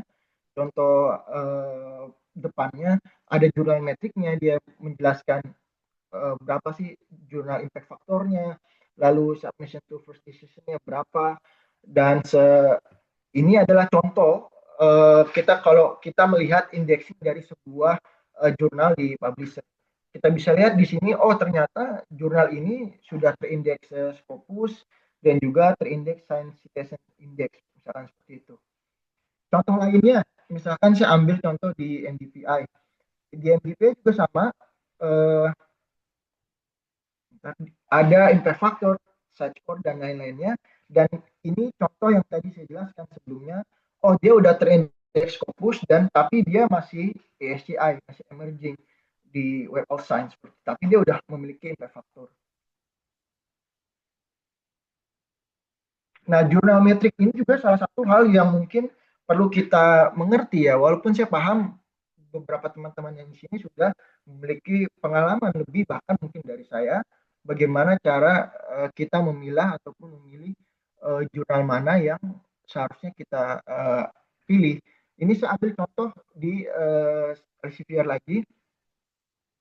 Selalu ada informasi terkait side score dan juga impact factor. Ini biasanya adalah poin penting untuk kita memilih apakah kita mau masuk atau kita mau submit di jurnal ini atau tidak gitu. Sebenarnya apa sih side score dan impact factor itu? Intinya adalah side score itu dia mengambil sampai 4 tahun ke belakang. Jadi yang dia hitung adalah 4 tahun, baik itu dari citasinya dan juga total dokumen yang dipublish. Sedangkan impact factor itu dia 2 tahun.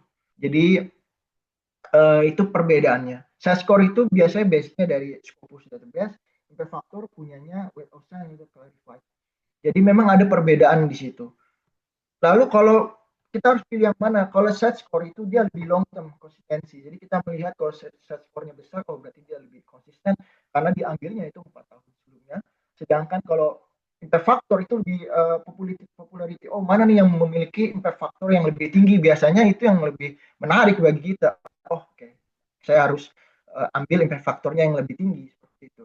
Tapi ada tapinya. Jangan kita membandingkan impact factor di different field gitu. Nggak bisa, misalkan saya sebagai orang engineering, saya bandingkan impact factor saya sama teman-teman yang di bidang education, for example ya. Mungkin impact factor di bidang saya tinggi semua, mungkin ada yang di atas 5 bahkan sampai belasan, sampai puluhan. Tapi saya nggak bisa dong membandingkan misalkan, saya publish nih di impact factornya 10 gitu. Ada teman-teman education yang mungkin impact faktornya mungkin nggak nyampe 5 atau nggak nyampe 10, tapi memang jurnalnya sudah bagus seperti itu. Jadi kita itu memang nggak bisa membandingkan impact faktor untuk different bidang kayak gitu. Karena memang itu sangat subjektif sekali. Saya masih ada waktu kan ya? Iya, Mas, 5 menit lagi. Oke. Saya coba cepat aja. Selain itu, selain tadi saya bilang side score, impact factor, ada juga biasanya kita tahu Shimaku Jurnal Ranking. Nah, apa sih sebenarnya Shimaku Jurnal Ranking? Itu sebenarnya datanya juga sama, diambil dari Scopus Database. Itu dia lebih mengambil jurnal-jurnal yang prestis. Jadi citasi yang diambil dari reputable journal atau yang memiliki high impact factor-nya lebih tinggi, itu akan memberikan beban nilai SGR yang lebih tinggi. Nah, bagaimana kita mengeceknya? Kita bisa masuk ke websitenya Shimaku sebenarnya, lalu kita pilih jurnal rankingnya, setelah itu nanti bidangnya kita pilih juga. Sebagai contoh, saya misalkan bidang environmental science atau environmental engineering. Nanti kita pilih juga, di sini biasanya ada banyak, ada jurnal, ada macam-macam lah, buku, dan lain-lain. Kita pilih yang bagian jurnal misalkan. Oke, dapat hasilnya nanti sudah otomatis diurutkan dengan SDR yang tinggi seperti apa. Dari sini kita bisa lihat, oh mungkin jurnal paper saya cocoknya masuk di jurnal ini, jurnal itu. Jadi kita bisa membuat keputusan ketika kita sudah mengerti terkait jurnal metrik ini. Selain itu, Web of Science atau melalui Clarified juga mengeluarkan jurnal citation report. Kita bisa melihat berapa sih impact faktor dari jurnal tersebut, berapa sih apa sih sekarang yang top publisher di dunia itu sekarang siapa, seperti itu. Kita bisa masuk dan saya coba olah ya data dari Clarified, dan saya menemukan bahwa tahun 2024 Elsevier itu masih menduduki publisher pertama di dunia dengan jumlah total jurnalnya mencapai 2.300. Lalu di bawahnya ada Springer, selanjutnya ada Tyler and Francis. Jadi walaupun memang posisi 1, 2, 3 ini perbedaannya nggak cukup signifikan sebenarnya, mungkin hanya beda 100, tapi kita mengetahui bahwa memang Elsevier sampai saat ini masih menduduki peringkat pertama sebagai publisher yang memiliki jumlah jurnal terbanyak saat ini. Lalu di bawahnya lagi ada Wiley, walaupun memang perbedaan dari peringkat ketiga keempat pun cukup mencolok seperti itu. Lalu bagaimana sih cara kita melihat jurnal impact factor untuk bidang-bidang tertentu ataupun untuk jurnal-jurnal yang memang kita ingin submit di sana? Kita bisa masuk tadi di website yang tadi saya jelaskan, lalu kita masuk ke bagian kategori. Di sana nanti ada banyak sekali, ada 254 kategori. kita masuk ke bagian kategori, lalu kita masuk ke bagian kategori mana yang sebenarnya kita pengen tuju. Misalkan saya bidang di lingkungan, environment. Oke, saya ambil di bidang environment. Environment sendiri dibagi beberapa lagi, ada 13 kategori bahkan. Oke, saya pilih yang lebih spesifik lagi karena saya engineering, saya ambil yang bidang engineering dan environmental. Setelah itu saya akan dapat hasilnya. Oh, ternyata ini jurnal impact factor untuk bidang saya, khusus untuk bidang saya yang paling tertinggi. Contoh kayak Chemical Engineering Journal, dia punya jurnal impact factor paling tinggi saat ini tahun 2024 ini, ya 2024 itu 13,2. Kita bisa lihat dari sini. Oke, kalau misalkan saya punya penelitian yang saya merasa bahwa penelitian sini bagus banget, novelty-nya juga bagus, bisa kita coba submit tidaknya di 5 besar jurnal di bidang ini. Nggak masalah, kita bisa coba seperti itu. Ini juga, apply catalyst ini, kalau nggak salah DSCVR ini, itu 21,1, itu juga bisa. Kita bisa coba dari situ. Lalu apa sih pro dan kontranya? Apakah jurnal impact factor itu penting bagi kita? Ya, untuk pro-nya ya sangat penting sebagai endorsement di khalayak ataupun di komunitas penelitian kita. Lalu itu menjadi hal yang prestis kalau kita bisa dapat impact faktornya tinggi, sangat prestis. Apalagi kalau kita misalkan mau mengajukan grant ataupun mau melamar untuk menjadi seorang saintis dan lain-lain. Lalu publishing high impact factor itu memberikan kredibilitas terhadap kerja kita.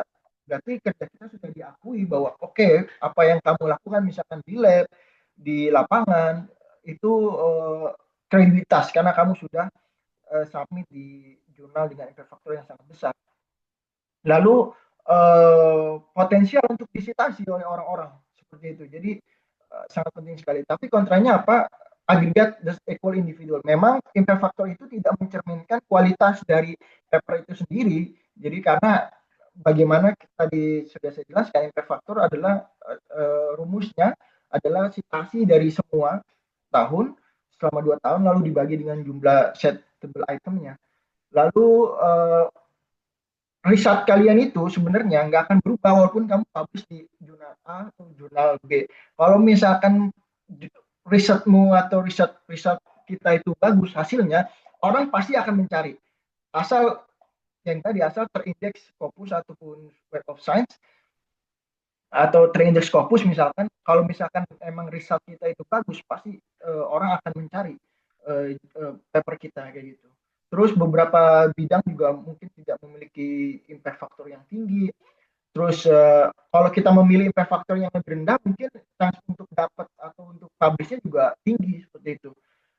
Dan tadi juga impact factor yang tinggi juga pasti mempengaruhi harga. Jadi APC-nya juga pasti akan sangat tinggi, bisa minimal mungkin di $4.000 misalkan untuk SCVR.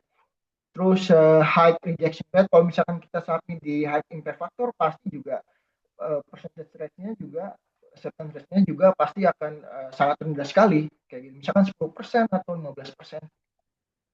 Ini beberapa contoh saya pernah publish di 3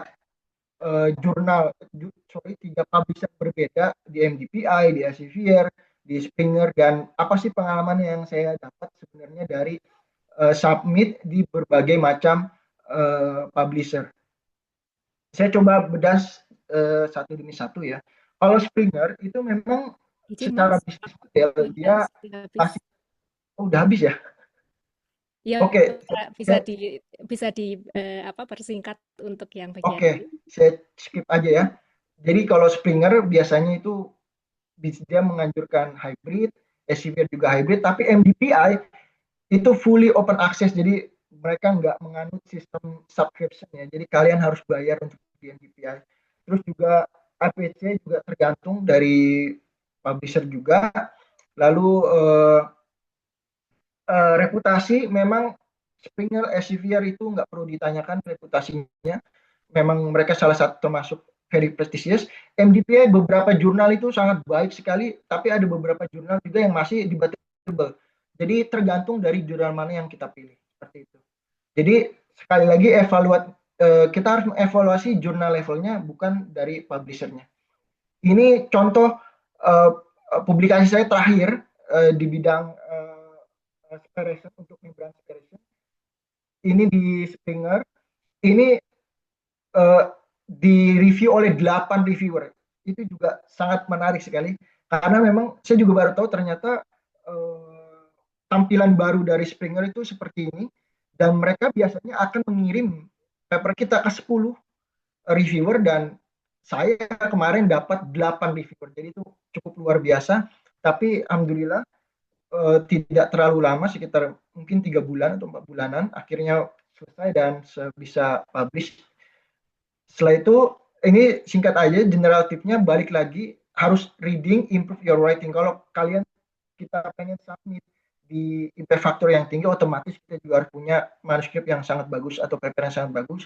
Caranya harus improve-nya dengan cara reading, banyaklah membaca. Setelah itu structuring manuskrip kita harus easy to read and easy to understand. Lanjutnya tadi ini juga udah dijelaskan, biasanya rejection itu karena apa sih ya? Karena mungkin metodenya kurang detail, nggak rasional, dan juga tujuannya nggak jelas. Result formatnya, citasinya juga kadang berantakan. Ada yang kita sebutkan misalkan di body papernya, tapi di citasinya nggak ada, seperti itu. Dan ketidaksesuaian jurnal. Nah, ini saran dari saya, harus diputuskan format papernya mau apa, misalkan original research ataupun review. Dan balik lagi, kalau kita pengen submit di jurnal, bikinlah list minimal itu 5 jurnal yang pengen kita submit. Jadi ketika kita dapat rejection, kita udah tahu kemana kita harus pergi. Setelah itu disesuaikan manuskrip kita kalau kita masuk ke special issue, dan selanjutnya tadi meet all submission requirement, sesuai tadi yang mungkin Mas Billy udah jelaskan, bikin cover letter dan lain-lain. Terima kasih banyak, mohon maaf waktunya mungkin berlebih. Terima kasih banyak. Ya, baik. Terima kasih Mas Hadid untuk sharingnya. Ini juga luar biasa sekali ya, yang sudah dipaparkan oleh Mas Hadid. Selanjutnya kita akan masuk ke sesi tanya jawab. Saya akan buka 2 sesi. Kita masuk di sesi yang pertama dulu. Ini ada Mas Aryo yang akan menyampaikan pertanyaannya. Monggo yang lain juga bisa untuk diketik di chat box, misalnya akan mempersiapkan pertanyaannya. Monggo Mas Aryo ya tadi ya. Halo, Ya, suara saya cukup jelas, Mbak. Oh ya, sudah, monggo. Ya, sebelumnya selamat pagi semuanya teman-teman. Saya ingin mengucapkan terima kasih sebelumnya kepada PPI yang memberikan kesempatan, dan terutama sama Mas Willy sama Mas Hadid ya yang sangat inspiratif untuk kita. Sebenarnya saya ingin memperkenalkan diri dulu supaya biar lebih jelas. Jadi nama saya Aryo, saya mahasiswa PhD tahun ketiga di University of Miskolc di Materials and Chemical Engineering. Nah, berarti ada kesesuaian sama Nah, kebetulan tadi udah dituturkan sama Mas Hadi tentang original research ya. Original research berarti kita sebagai sama scientist dan engineering tahu kita nggak bisa pisahkan sama yang namanya equipment dan akses kepada teknologi supaya bisa menghasilkan data yang high impact factor and high impact value supaya bisa publish tentu saja di high impact factor. Nah, lalu juga terinspirasi sama penuturannya Mas Willy, kita harus memang push diri kita, jangan oh ya kayaknya saya nih sanggupnya udah impact faktornya cukup sekitar 2. Kan kita tahu ya bahwa ada Q1 tetapi miscellaneous journal yang namanya Helion. Itu kan jadi kayak seperti untuk default bahwa kita memang cukup.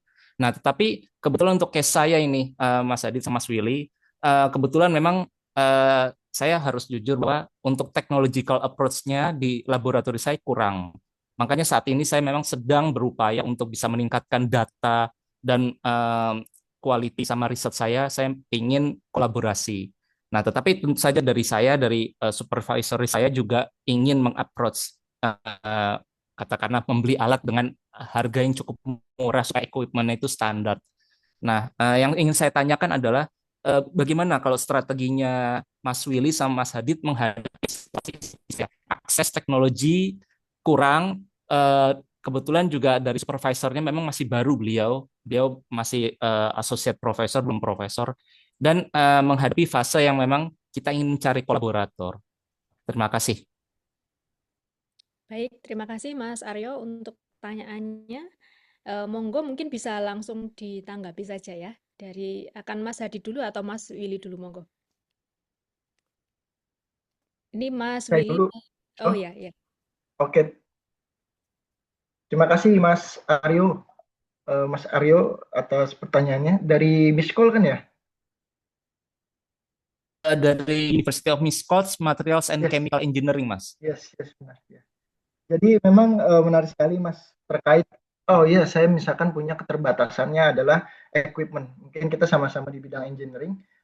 Equipment saya mungkin eh, nggak bisa produce material yang mungkin lebih bagus, tapi saya punya keterbatasan di situ.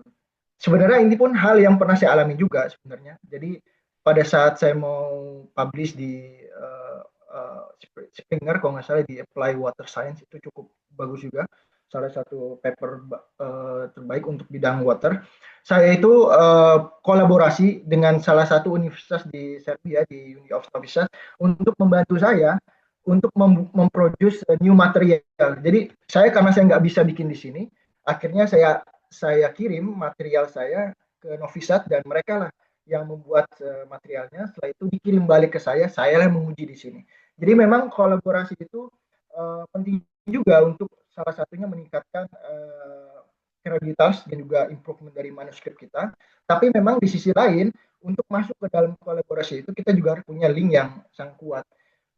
Tadi Mas menjelaskan mungkin memang harus balik lagi diskusi dengan supervisor atau mungkin Profesor Mas, bagaimana cara kita bisa membuka peluang kolaborasi dengan universitas-universitas lain. Kalau misalkan tidak bisa ke universitas di luar Hungari, setidaknya ada beberapa mungkin kampus di Hungari yang memang bisa masuk atau kolaborasi dengan bidangnya Mas, seperti itu. Jadi mungkin di tahap di Hungaria dulu. Setidaknya yang menjadi tujuan Mas itu sudah tercapai. Oke, saya misalkan mau improve di bidang apa nih, material apa, oke mungkin nanti di universitas ini bisa bantu saya untuk improve itu. Itu juga lebih bagus di paper Mas juga gitu. Kalau misalkan banyak kolaboratornya dan dari berbagai negara, itu juga sangat menarik. Kalau saya memang lebih suka untuk menulis paper itu dan autornya itu memang kalau bisa itu dari berbagai macam bidang bahkan multidisiplin dan juga berbagai macam negara, itu lebih lebih bagus seperti itu. Mungkin Mas Willy akan menambahkan?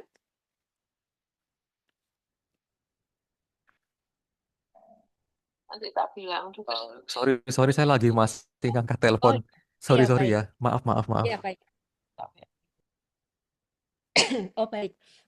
Jadi mungkin kita bisa ke pertanyaan yang lain dulu, nanti kita bisa kembali ke Mas Willy begitu. Tapi di sini tadi Mas Hadid menyampaikan pentingnya kolaborasi. Ya, saya sepakat sekali dengan ini karena kalau sekarang ini kita semakin banyak kolaborasi, tentu itu semakin diperhitungkan juga. Artinya kita banyak bekerja sama begitu ya dengan banyak author seperti itu.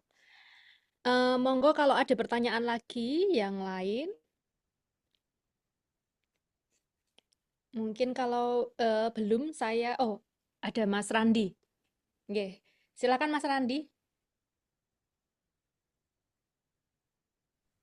Baik, terima kasih Mbak atas kesempatannya. Perkenalkan saya Randy, mahasiswa semester pertama PhD di University of Szeged.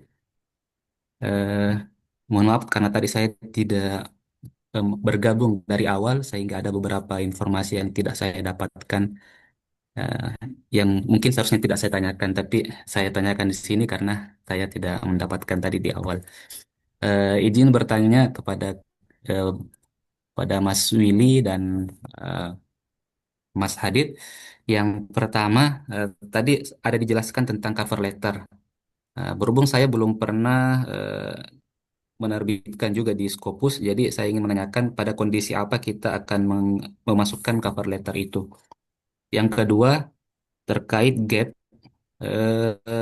bagaimana kita mengetahui dan meyakini bahwa gap yang akan kita isi pada artikel kita itu belum diteliti oleh peneliti yang lain. Uh, Kemudian yang ketiga serupa terkait dengan novelty. Uh, Kalau kita misalnya merasa bahwa novelty kita ini adalah yang terbaru dari penelitian kita, bagaimana kita meyakini bahwa novelty itu belum ditemukan oleh periset yang lain? Karena hal ini bagi saya cukup membingungkan, utamanya bagi bidang sosial. Eh, saya di pendidikan, terkadang saya merasa kemungkinan gap saya ini sudah diteliti oleh yang lain, misalnya tentang kognitif, tentang psikologi dalam pembelajaran. Di sini bagaimana caranya meyakini bahwa eh, kalau nanti novelty kita yang peroleh itu tidak tidak sama dengan dari periset-periset yang lain. Kemudian yang terakhir tentang jurnal open access. Eh, Baru-baru ini saya telah menerbitkan satu artikel di jurnal yang tidak open access, kan tapi saya menjadi bertanya-tanya bahwa apakah dengan tidak open access-nya itu membuat kita sendiri sebagai penulis tidak memiliki akses terhadap artikel kita sendiri, atau nantinya akan ada akses untuk kita sendiri sebagai penulis. Ya, demikian. Terima kasih. Assalamualaikum warahmatullahi wabarakatuh. Baik, terima kasih Mas Randi.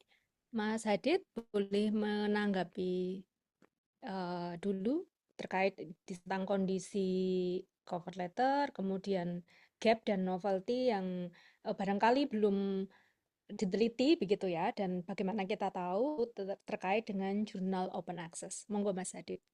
Untuk cover letter ya, tadi mungkin udah dijelaskan oleh Mas Willy, memang untuk publisher-publisher ataupun kalau kita ingin mempublish di open access terutama ya, itu memang cover letter adalah sebuah keharusan. Jadi memang kita harus membuat cover letter menjelaskan tentang apa sih penelitian kita, misalkan apa sih kebaruan dari penelitian kita, dan mengapa editor harus menerima paper kita seperti itu.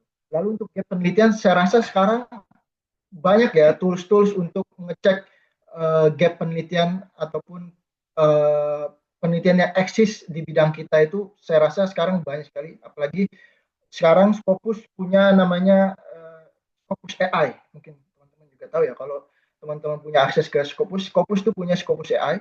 Nanti teman-teman bisa cari di sana apakah penelitian ini sudah pernah dilakukan atau belum. Tapi intinya adalah banyak membaca itu salah satu hal yang membantu kita untuk melihat apakah penelitian ini bagus atau tidak. Terus masalah novelty, memang mungkin ini sedikit tricky ya. Saya juga sepakat bahwa mencari novelty adalah sesuatu yang tricky, dalam artian kita nggak bisa mengatakan bahwa saya benar-benar menemukan sesuatu hal yang sangat baru, karena mungkin ini kita udah di tahun 2005, kalau misalkan kita ada di 1000 tahun ataupun tahun mungkin abad ke berapa, mungkin kita menjadi adalah orang yang mungkin pertama kali menemukan misalkan teori evolusi, teori global warming dan lain-lain. Tapi sekarang kebanyakan kita hanya menyempurnakan kayak gitu, menyempurnakan apa yang sudah ada. Memang beberapa, tapi saya ingat juga ketika saya masuk PhD pertama kali, saya diskusi dengan supervisor saya dan saya tanya bahwa ini saya mau meneliti ini misalkan X, ini novelty-nya apa ya? Nah, ketika itu saya berpikir, saya nggak ada novelty-nya dan lain-lain. Lalu satu hal yang supervisor saya tekankan ke saya adalah, ini menarik sekali, mungkin jadi salah satu pembelajaran juga. Dia bilang, Hadid, lakukanlah riset kamu, lakukanlah riset kamu dulu. Sepanjang riset itu kamu akan menemukan novelty kamu. Jadi disitulah saya berpikir, oh ya, mungkin karena mungkin saya belum melakukan apa yang harusnya saya lakukan. Ketika kita sudah melakukan riset yang kita lakukan, kita akan menemukan ide-ide dan juga novelty di situ sebenarnya. Jadi akhirnya ketika selesai PhD, saya menemukan novelty saya. Oh, ternyata saya meneliti seperti ini, seperti itu. Terkait open access, kebetulan saya tidak memiliki pengalaman ya di jurnal yang subscription. Saya kurang paham juga untuk yang subscription, tapi untuk yang open access, memang kalau yang open access ya itu sangat mudah sekali kita bayar FPC dan lain-lain, kita berhak untuk mendapatkan paper kita, dan paper kita juga bisa di-download oleh orang sebanyak orang dan bisa dibaca. Mungkin Mas Billy punya pengalaman mungkin di subscription. Itu sih dari saya. Terima kasih, Hmm, Mas Hadid. Mas Willy ada ya, menambahkan? ya, ya, ya, ya. Sorry, sorry. Tadi saya angkat telepon, nggak bisa saya tolak soalnya teleponnya. Oke, siap. Tadi saya sekilas ya cover letter, tentang cover letter ya. Nanti saya bisa share lah apa namanya materinya juga cover letter, contohnya cover letter. Dan sebenarnya kita nulis cover letter itu hanya apabila kita diminta aja sebenarnya. Kalau nggak diminta, nggak usah sebaiknya. Kita hindari apa hal-hal yang nggak diminta, nggak usah. Kalau misalnya diminta ya kita tulis cover letter. Kemudian gap itu dan novelty sangat berkaitan erat ya. Tadi Mas Hadi sudah banyak menjelaskan mengenai gap dan juga novelty.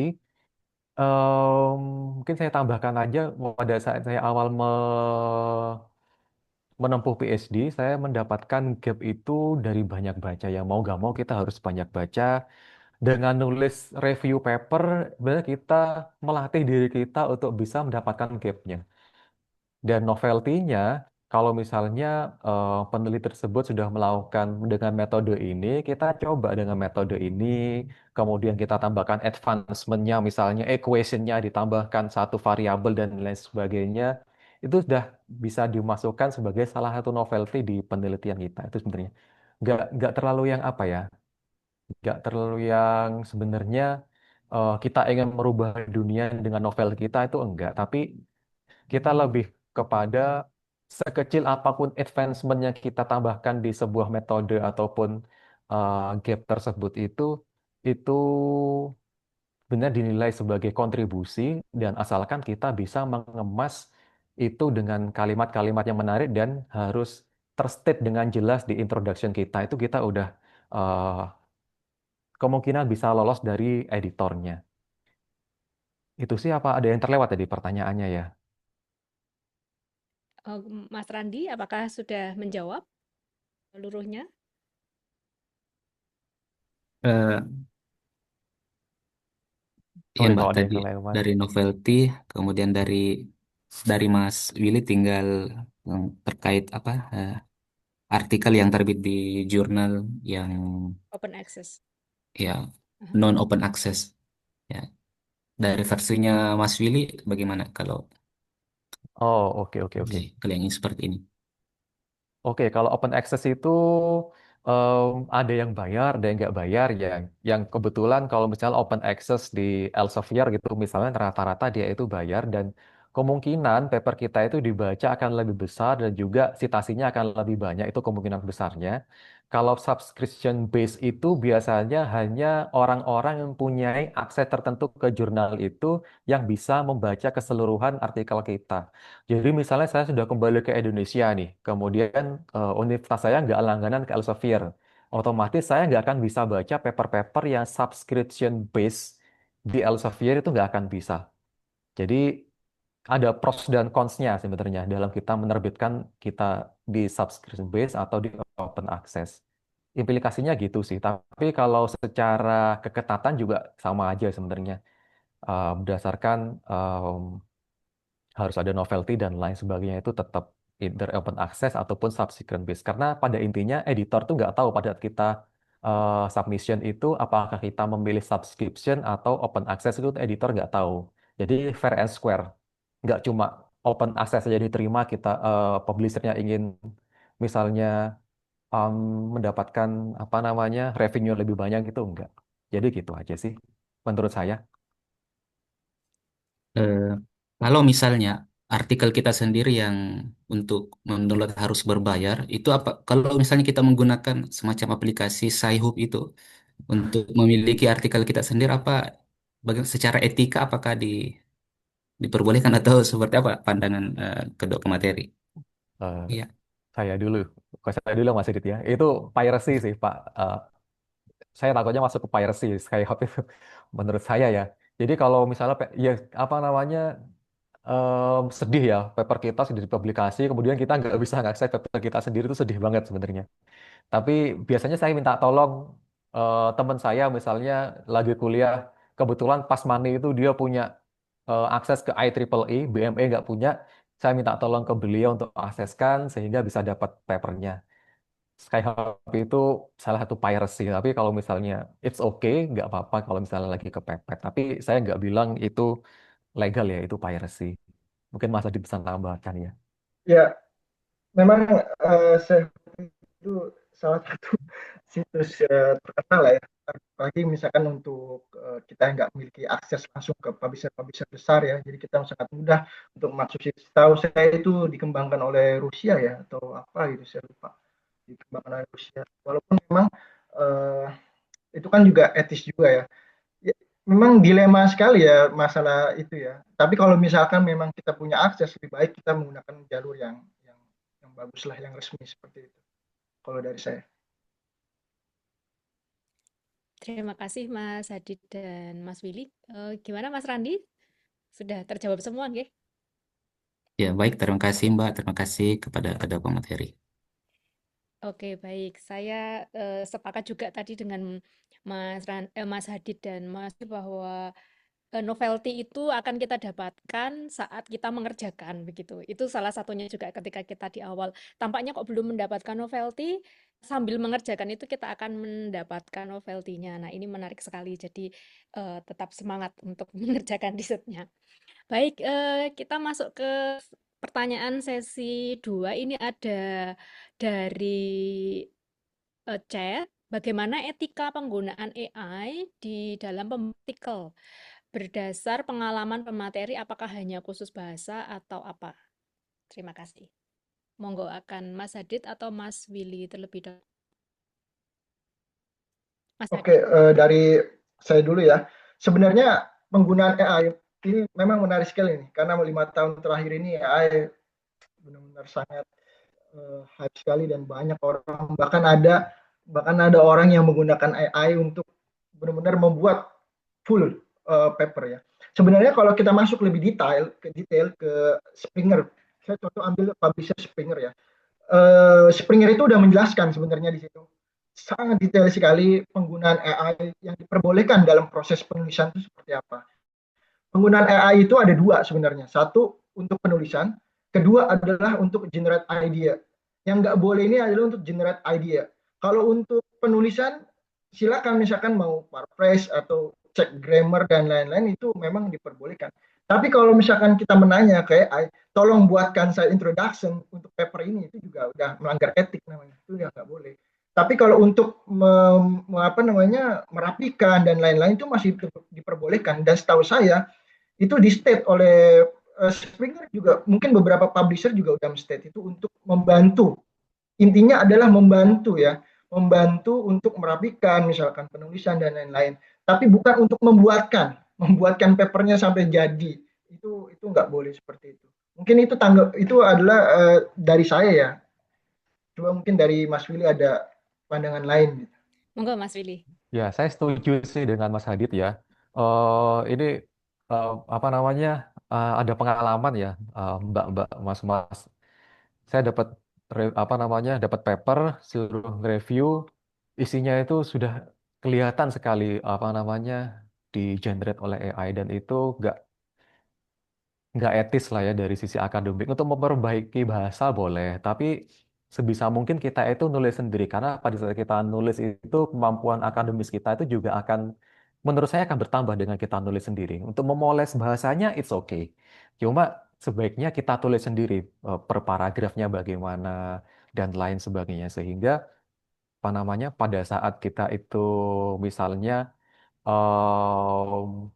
submit gitu ya, kita bisa pastikan bahwasanya paper kita itu bebas dari generating ideas generated by AI. Jadi seperti itu sih. Kalau untuk polis-polis bahasa, it's okay. Tapi nggak mau masukkan prompt, buatkan introduction, no.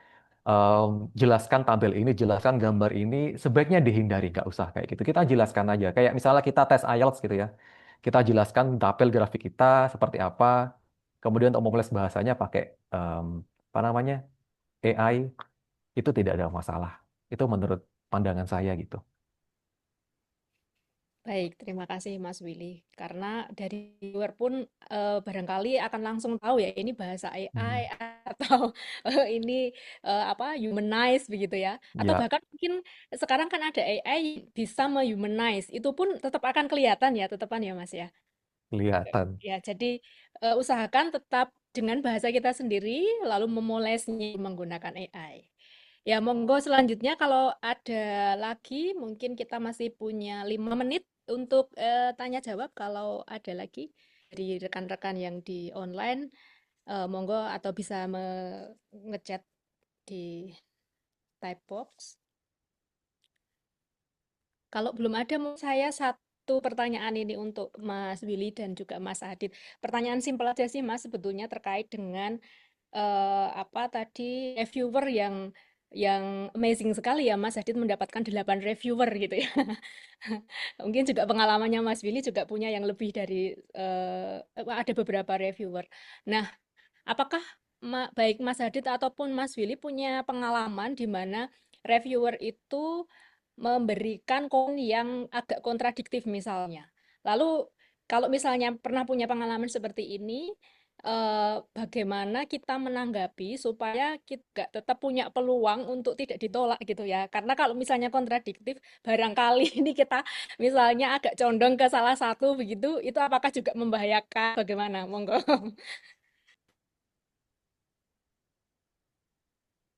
Bisa Mas Adit atau Mas Willy duluan yang Mas Willy duluan Monggo, mungkin. oke. monggo Mas Adit. Oke, saya duluan ya. Ya, benar. Saya punya pengalaman baru-baru aja. Itu saya submit di European Food uh, and Technology, seingat saya itu di Springer itu Q1 juga. Saya sepengalaman saya publikasi dan lain-lain itu biasanya jumlah reviewer itu biasanya maksimum itu 3 atau 4. Tapi ini saya pertama kali dapat 8. Bahkan kolega saya juga sampai kaget gitu. Kok 8 gitu? Banyak sekali 8. Saya juga bingung. Oke. Tapi kan kewajiban kita harus tetap kita jawab. Walau itu dia ada yang reject dan apapun itu, jangan misalkan dia mereject karena dia mereject publikasi paper kita lalu tidak kita tanggapi apa namanya kritiknya. Enggak, kita harus tetap juga menjawab satu persatu. Contohnya misalkan saya di 8 kemarin itu di 8 reviewer itu ada satu, seingat saya, satu yang dia menolak paper ini, dijelaskan kenapa bla bla bla.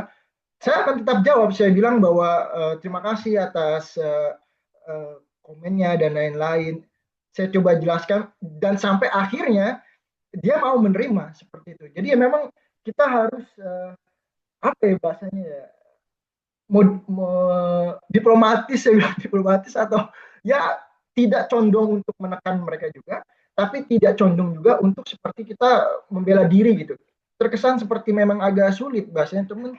Kita harus mencoba untuk memastikan berada di tengah-tengah bahwa oke, terima kasih atas sarannya sangat baik sekali. Saya akan mencoba bagaimana jika saya rubah yang di bagian ini seperti ini kayak gitu. Jadi walaupun memang reviewer juga manusia juga lah, dia juga pasti paham kan bagaimana sulitnya kita menulis paper, pasti dia juga akan appreciate apapun yang kita lakukan. Tapi memang balik lagi ya kita harus meresponnya dengan sebaik mungkin. Itu pengalaman yang benar-benar menurut saya luar biasa. Kedua, saya juga pernah punya pengalaman paper itu reviewernya ini yang mungkin agak lumayan membingungkan. Dia sempat pernah komen ke paper saya bilang citasimu tidak ada. Saya ini jujur sangat bingung sekali. Jadi dia bilang di body part saya, di bagian manuskrip saya, dia bilang tidak mencantumkan citasi. Sedangkan ketika saya cek paper saya merasa ini sudah lengkap. Dan saya akhirnya diskusi dengan supervisor saya. Ya lalu dia sarankan bahwa ya nggak apa-apa, jawab aja kayak gitu. Ya kadang memang reviewer itu juga ya gimana ya, mungkin keterbatasan waktu dan lain-lain. Kadang mereka juga nggak bisa sempurna juga memberikan saran dan tidak teliti juga. Ya kita tinggal jawab lah apa yang memang mereka mereka tanyakan kayak gitu dengan sebaik-baiknya. Dan setelah itu harapannya mereka bisa mengerti dan bisa apa namanya paham maksud kita kayak gitu. Baik, terima kasih Mas. Mas Willy, monggo kalau ada pengalaman juga. Ya, pertanyaannya sulit ya ini Mbak Kristi ya. Jadi em, sebagian besar saya setuju dengan Mas Hadid ya. Apa namanya? Kalau misalnya kita mendapatkan misalnya dua atau lebih reviewer, di mana salah satu reviewer dengan reviewer lainnya itu punya pendapat yang berbeda. Saya pernah dapat satu reviewer itu menyarankan untuk mengurangi literatur review saya. Kemudian satunya menyarankan untuk menambah literatur review saya. Itu kita harus benar-benar bisa di tengah-tengahnya, diplomatis. Kita tidak menyakiti hati reviewer satunya, kita juga tidak menyakiti reviewer duanya. Jadi apa namanya? Ya saya bilang aja, saya sudah mengurangi di literatur review hal-hal yang kurang pas dan lain sebagainya, irrelevan literatur sudah dikurangi, sedangkan menambah cukup banyak relevan review literatur dengan recent publication dan lain sebagainya. Itu kita berusaha aja di tengah-tengah, tidak memihak satu reviewer atau apa namanya menyakiti hati reviewer yang lain. Karena sudah masuk ke stage review aja itu udah susah sekali. Jadi kalau misalnya di reject pada saat review itu apalagi sudah 4 kali round kita itu kayak apa ya, sedih sekali ya kayak gitu. Jadi baik-baik aja ke reviewernya gitu sih Mbak Kristi. Oke, baik Mas Willy. Berarti kita di posisi diplomatis, lalu tadi yang disampaikan Mas Willy, tanggapi tanpa melukai tadi ya, itu untuk semuanya. Jadi kita men-cover semuanya. Oke, baik. Saya kira waktu kita sudah habis untuk diskusi dan jawab. Saya kira juga sudah tidak ada yang menuliskan di chat box seperti itu. Maka kalau saya boleh simpulkan untuk diskusi kita hari ini, intinya bagaimana kita berstrategi ataupun kesuksesan kita dalam publikasi. Tentunya yang pertama, ada 3 kata mungkin ya yang boleh saya simpulkan, yaitu baca, lalu atur strategi, lalu yang ketiga tentu pantang menyerah, begitu ya. Ini yang menjadi semangat kita dalam proses untuk mempublikasikan karya-karya kita. Sukses selalu untuk Mas Hadid dan juga Mas Willy. Terima kasih sharingnya. Juga para peserta yang sudah berkenan hadir di diskusi yang sangat interaktif pada sore hari ini di Indonesia dan pagi hari di Hungari. Maka dengan berakhirnya sesi tanya jawab, maka selesailah juga tugas saya sebagai moderator. Selanjutnya saya akan kembali kepada Mas Pras. Monggo Mas Pras. Baik, terima kasih Mbak Kristi telah memandu kegiatan inti pada webinar pagi hari ini di Hungari dan sore hari di Indonesia. Sekali lagi terima kasih kepada kedua pembicara kita, Mas Willy dan Mas Edit, luar biasa atas sharing pengalamannya bagaimana bisa sampai begitu untuk tembus di beberapa jurnal internasional bereputasi begitu ya.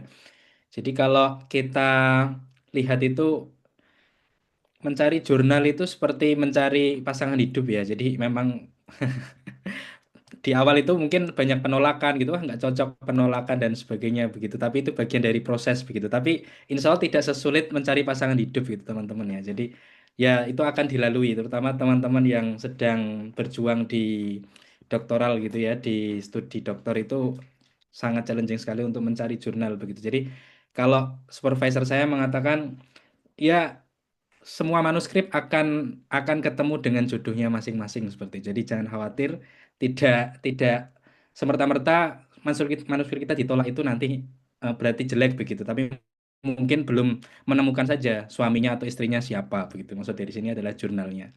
Begitu. Terima kasih sekali lagi dan teman-teman yang aktif berpartisipasi pada kegiatan hari ini. Berikutnya ada semacam pemberian sertifikat penghargaan dari Bu Ketua PPI kita. Silahkan Mbak Amel.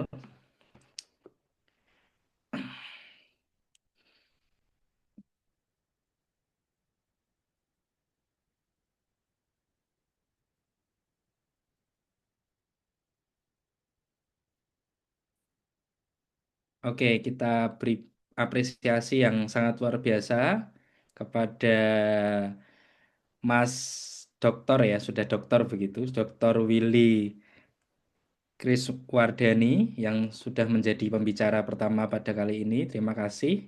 Kita doakan semoga sukses untuk kedepannya. Berikutnya, terima kasih pula kepada Mas Dr. Hadid Sukmana begitu.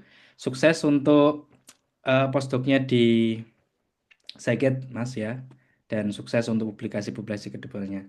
Dan selanjutnya juga kita berikan apresiasi penghargaan kepada Mbak Kristianti Aprinastuti, sukses untuk studi doktoralnya di University of Debrecen. Terima kasih. Baik. Baik, hadirin yang berbahagia, tibalah kita di penghujung acara. Sekali lagi terima kasih kepada narasumber kita dan kepada moderator kita dan terkhusus kepada PPI Hungaria yang telah menyelenggarakan kegiatan yang luar biasa ini dan seluruh peserta yang sangat aktif berkontribusi dan antusias dalam mengikuti acara ini. Kita doakan semoga manuskrip teman-teman semua bisa ketemu jodohnya dengan cepat, dengan tepat, dan dengan perjalanan yang lancar seperti itu. Dari saya cukup sekian, terima kasih. Kurang lebih mohon maaf, kita akhiri. Assalamualaikum warahmatullahi wabarakatuh. Selamat pagi di Hungari dan selamat sore di Indonesia. Terima kasih. Di Terima kasih banyak.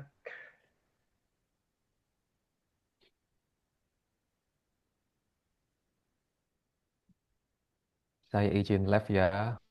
Mbak, Mas, terima kasih. Makasih, saya N ya.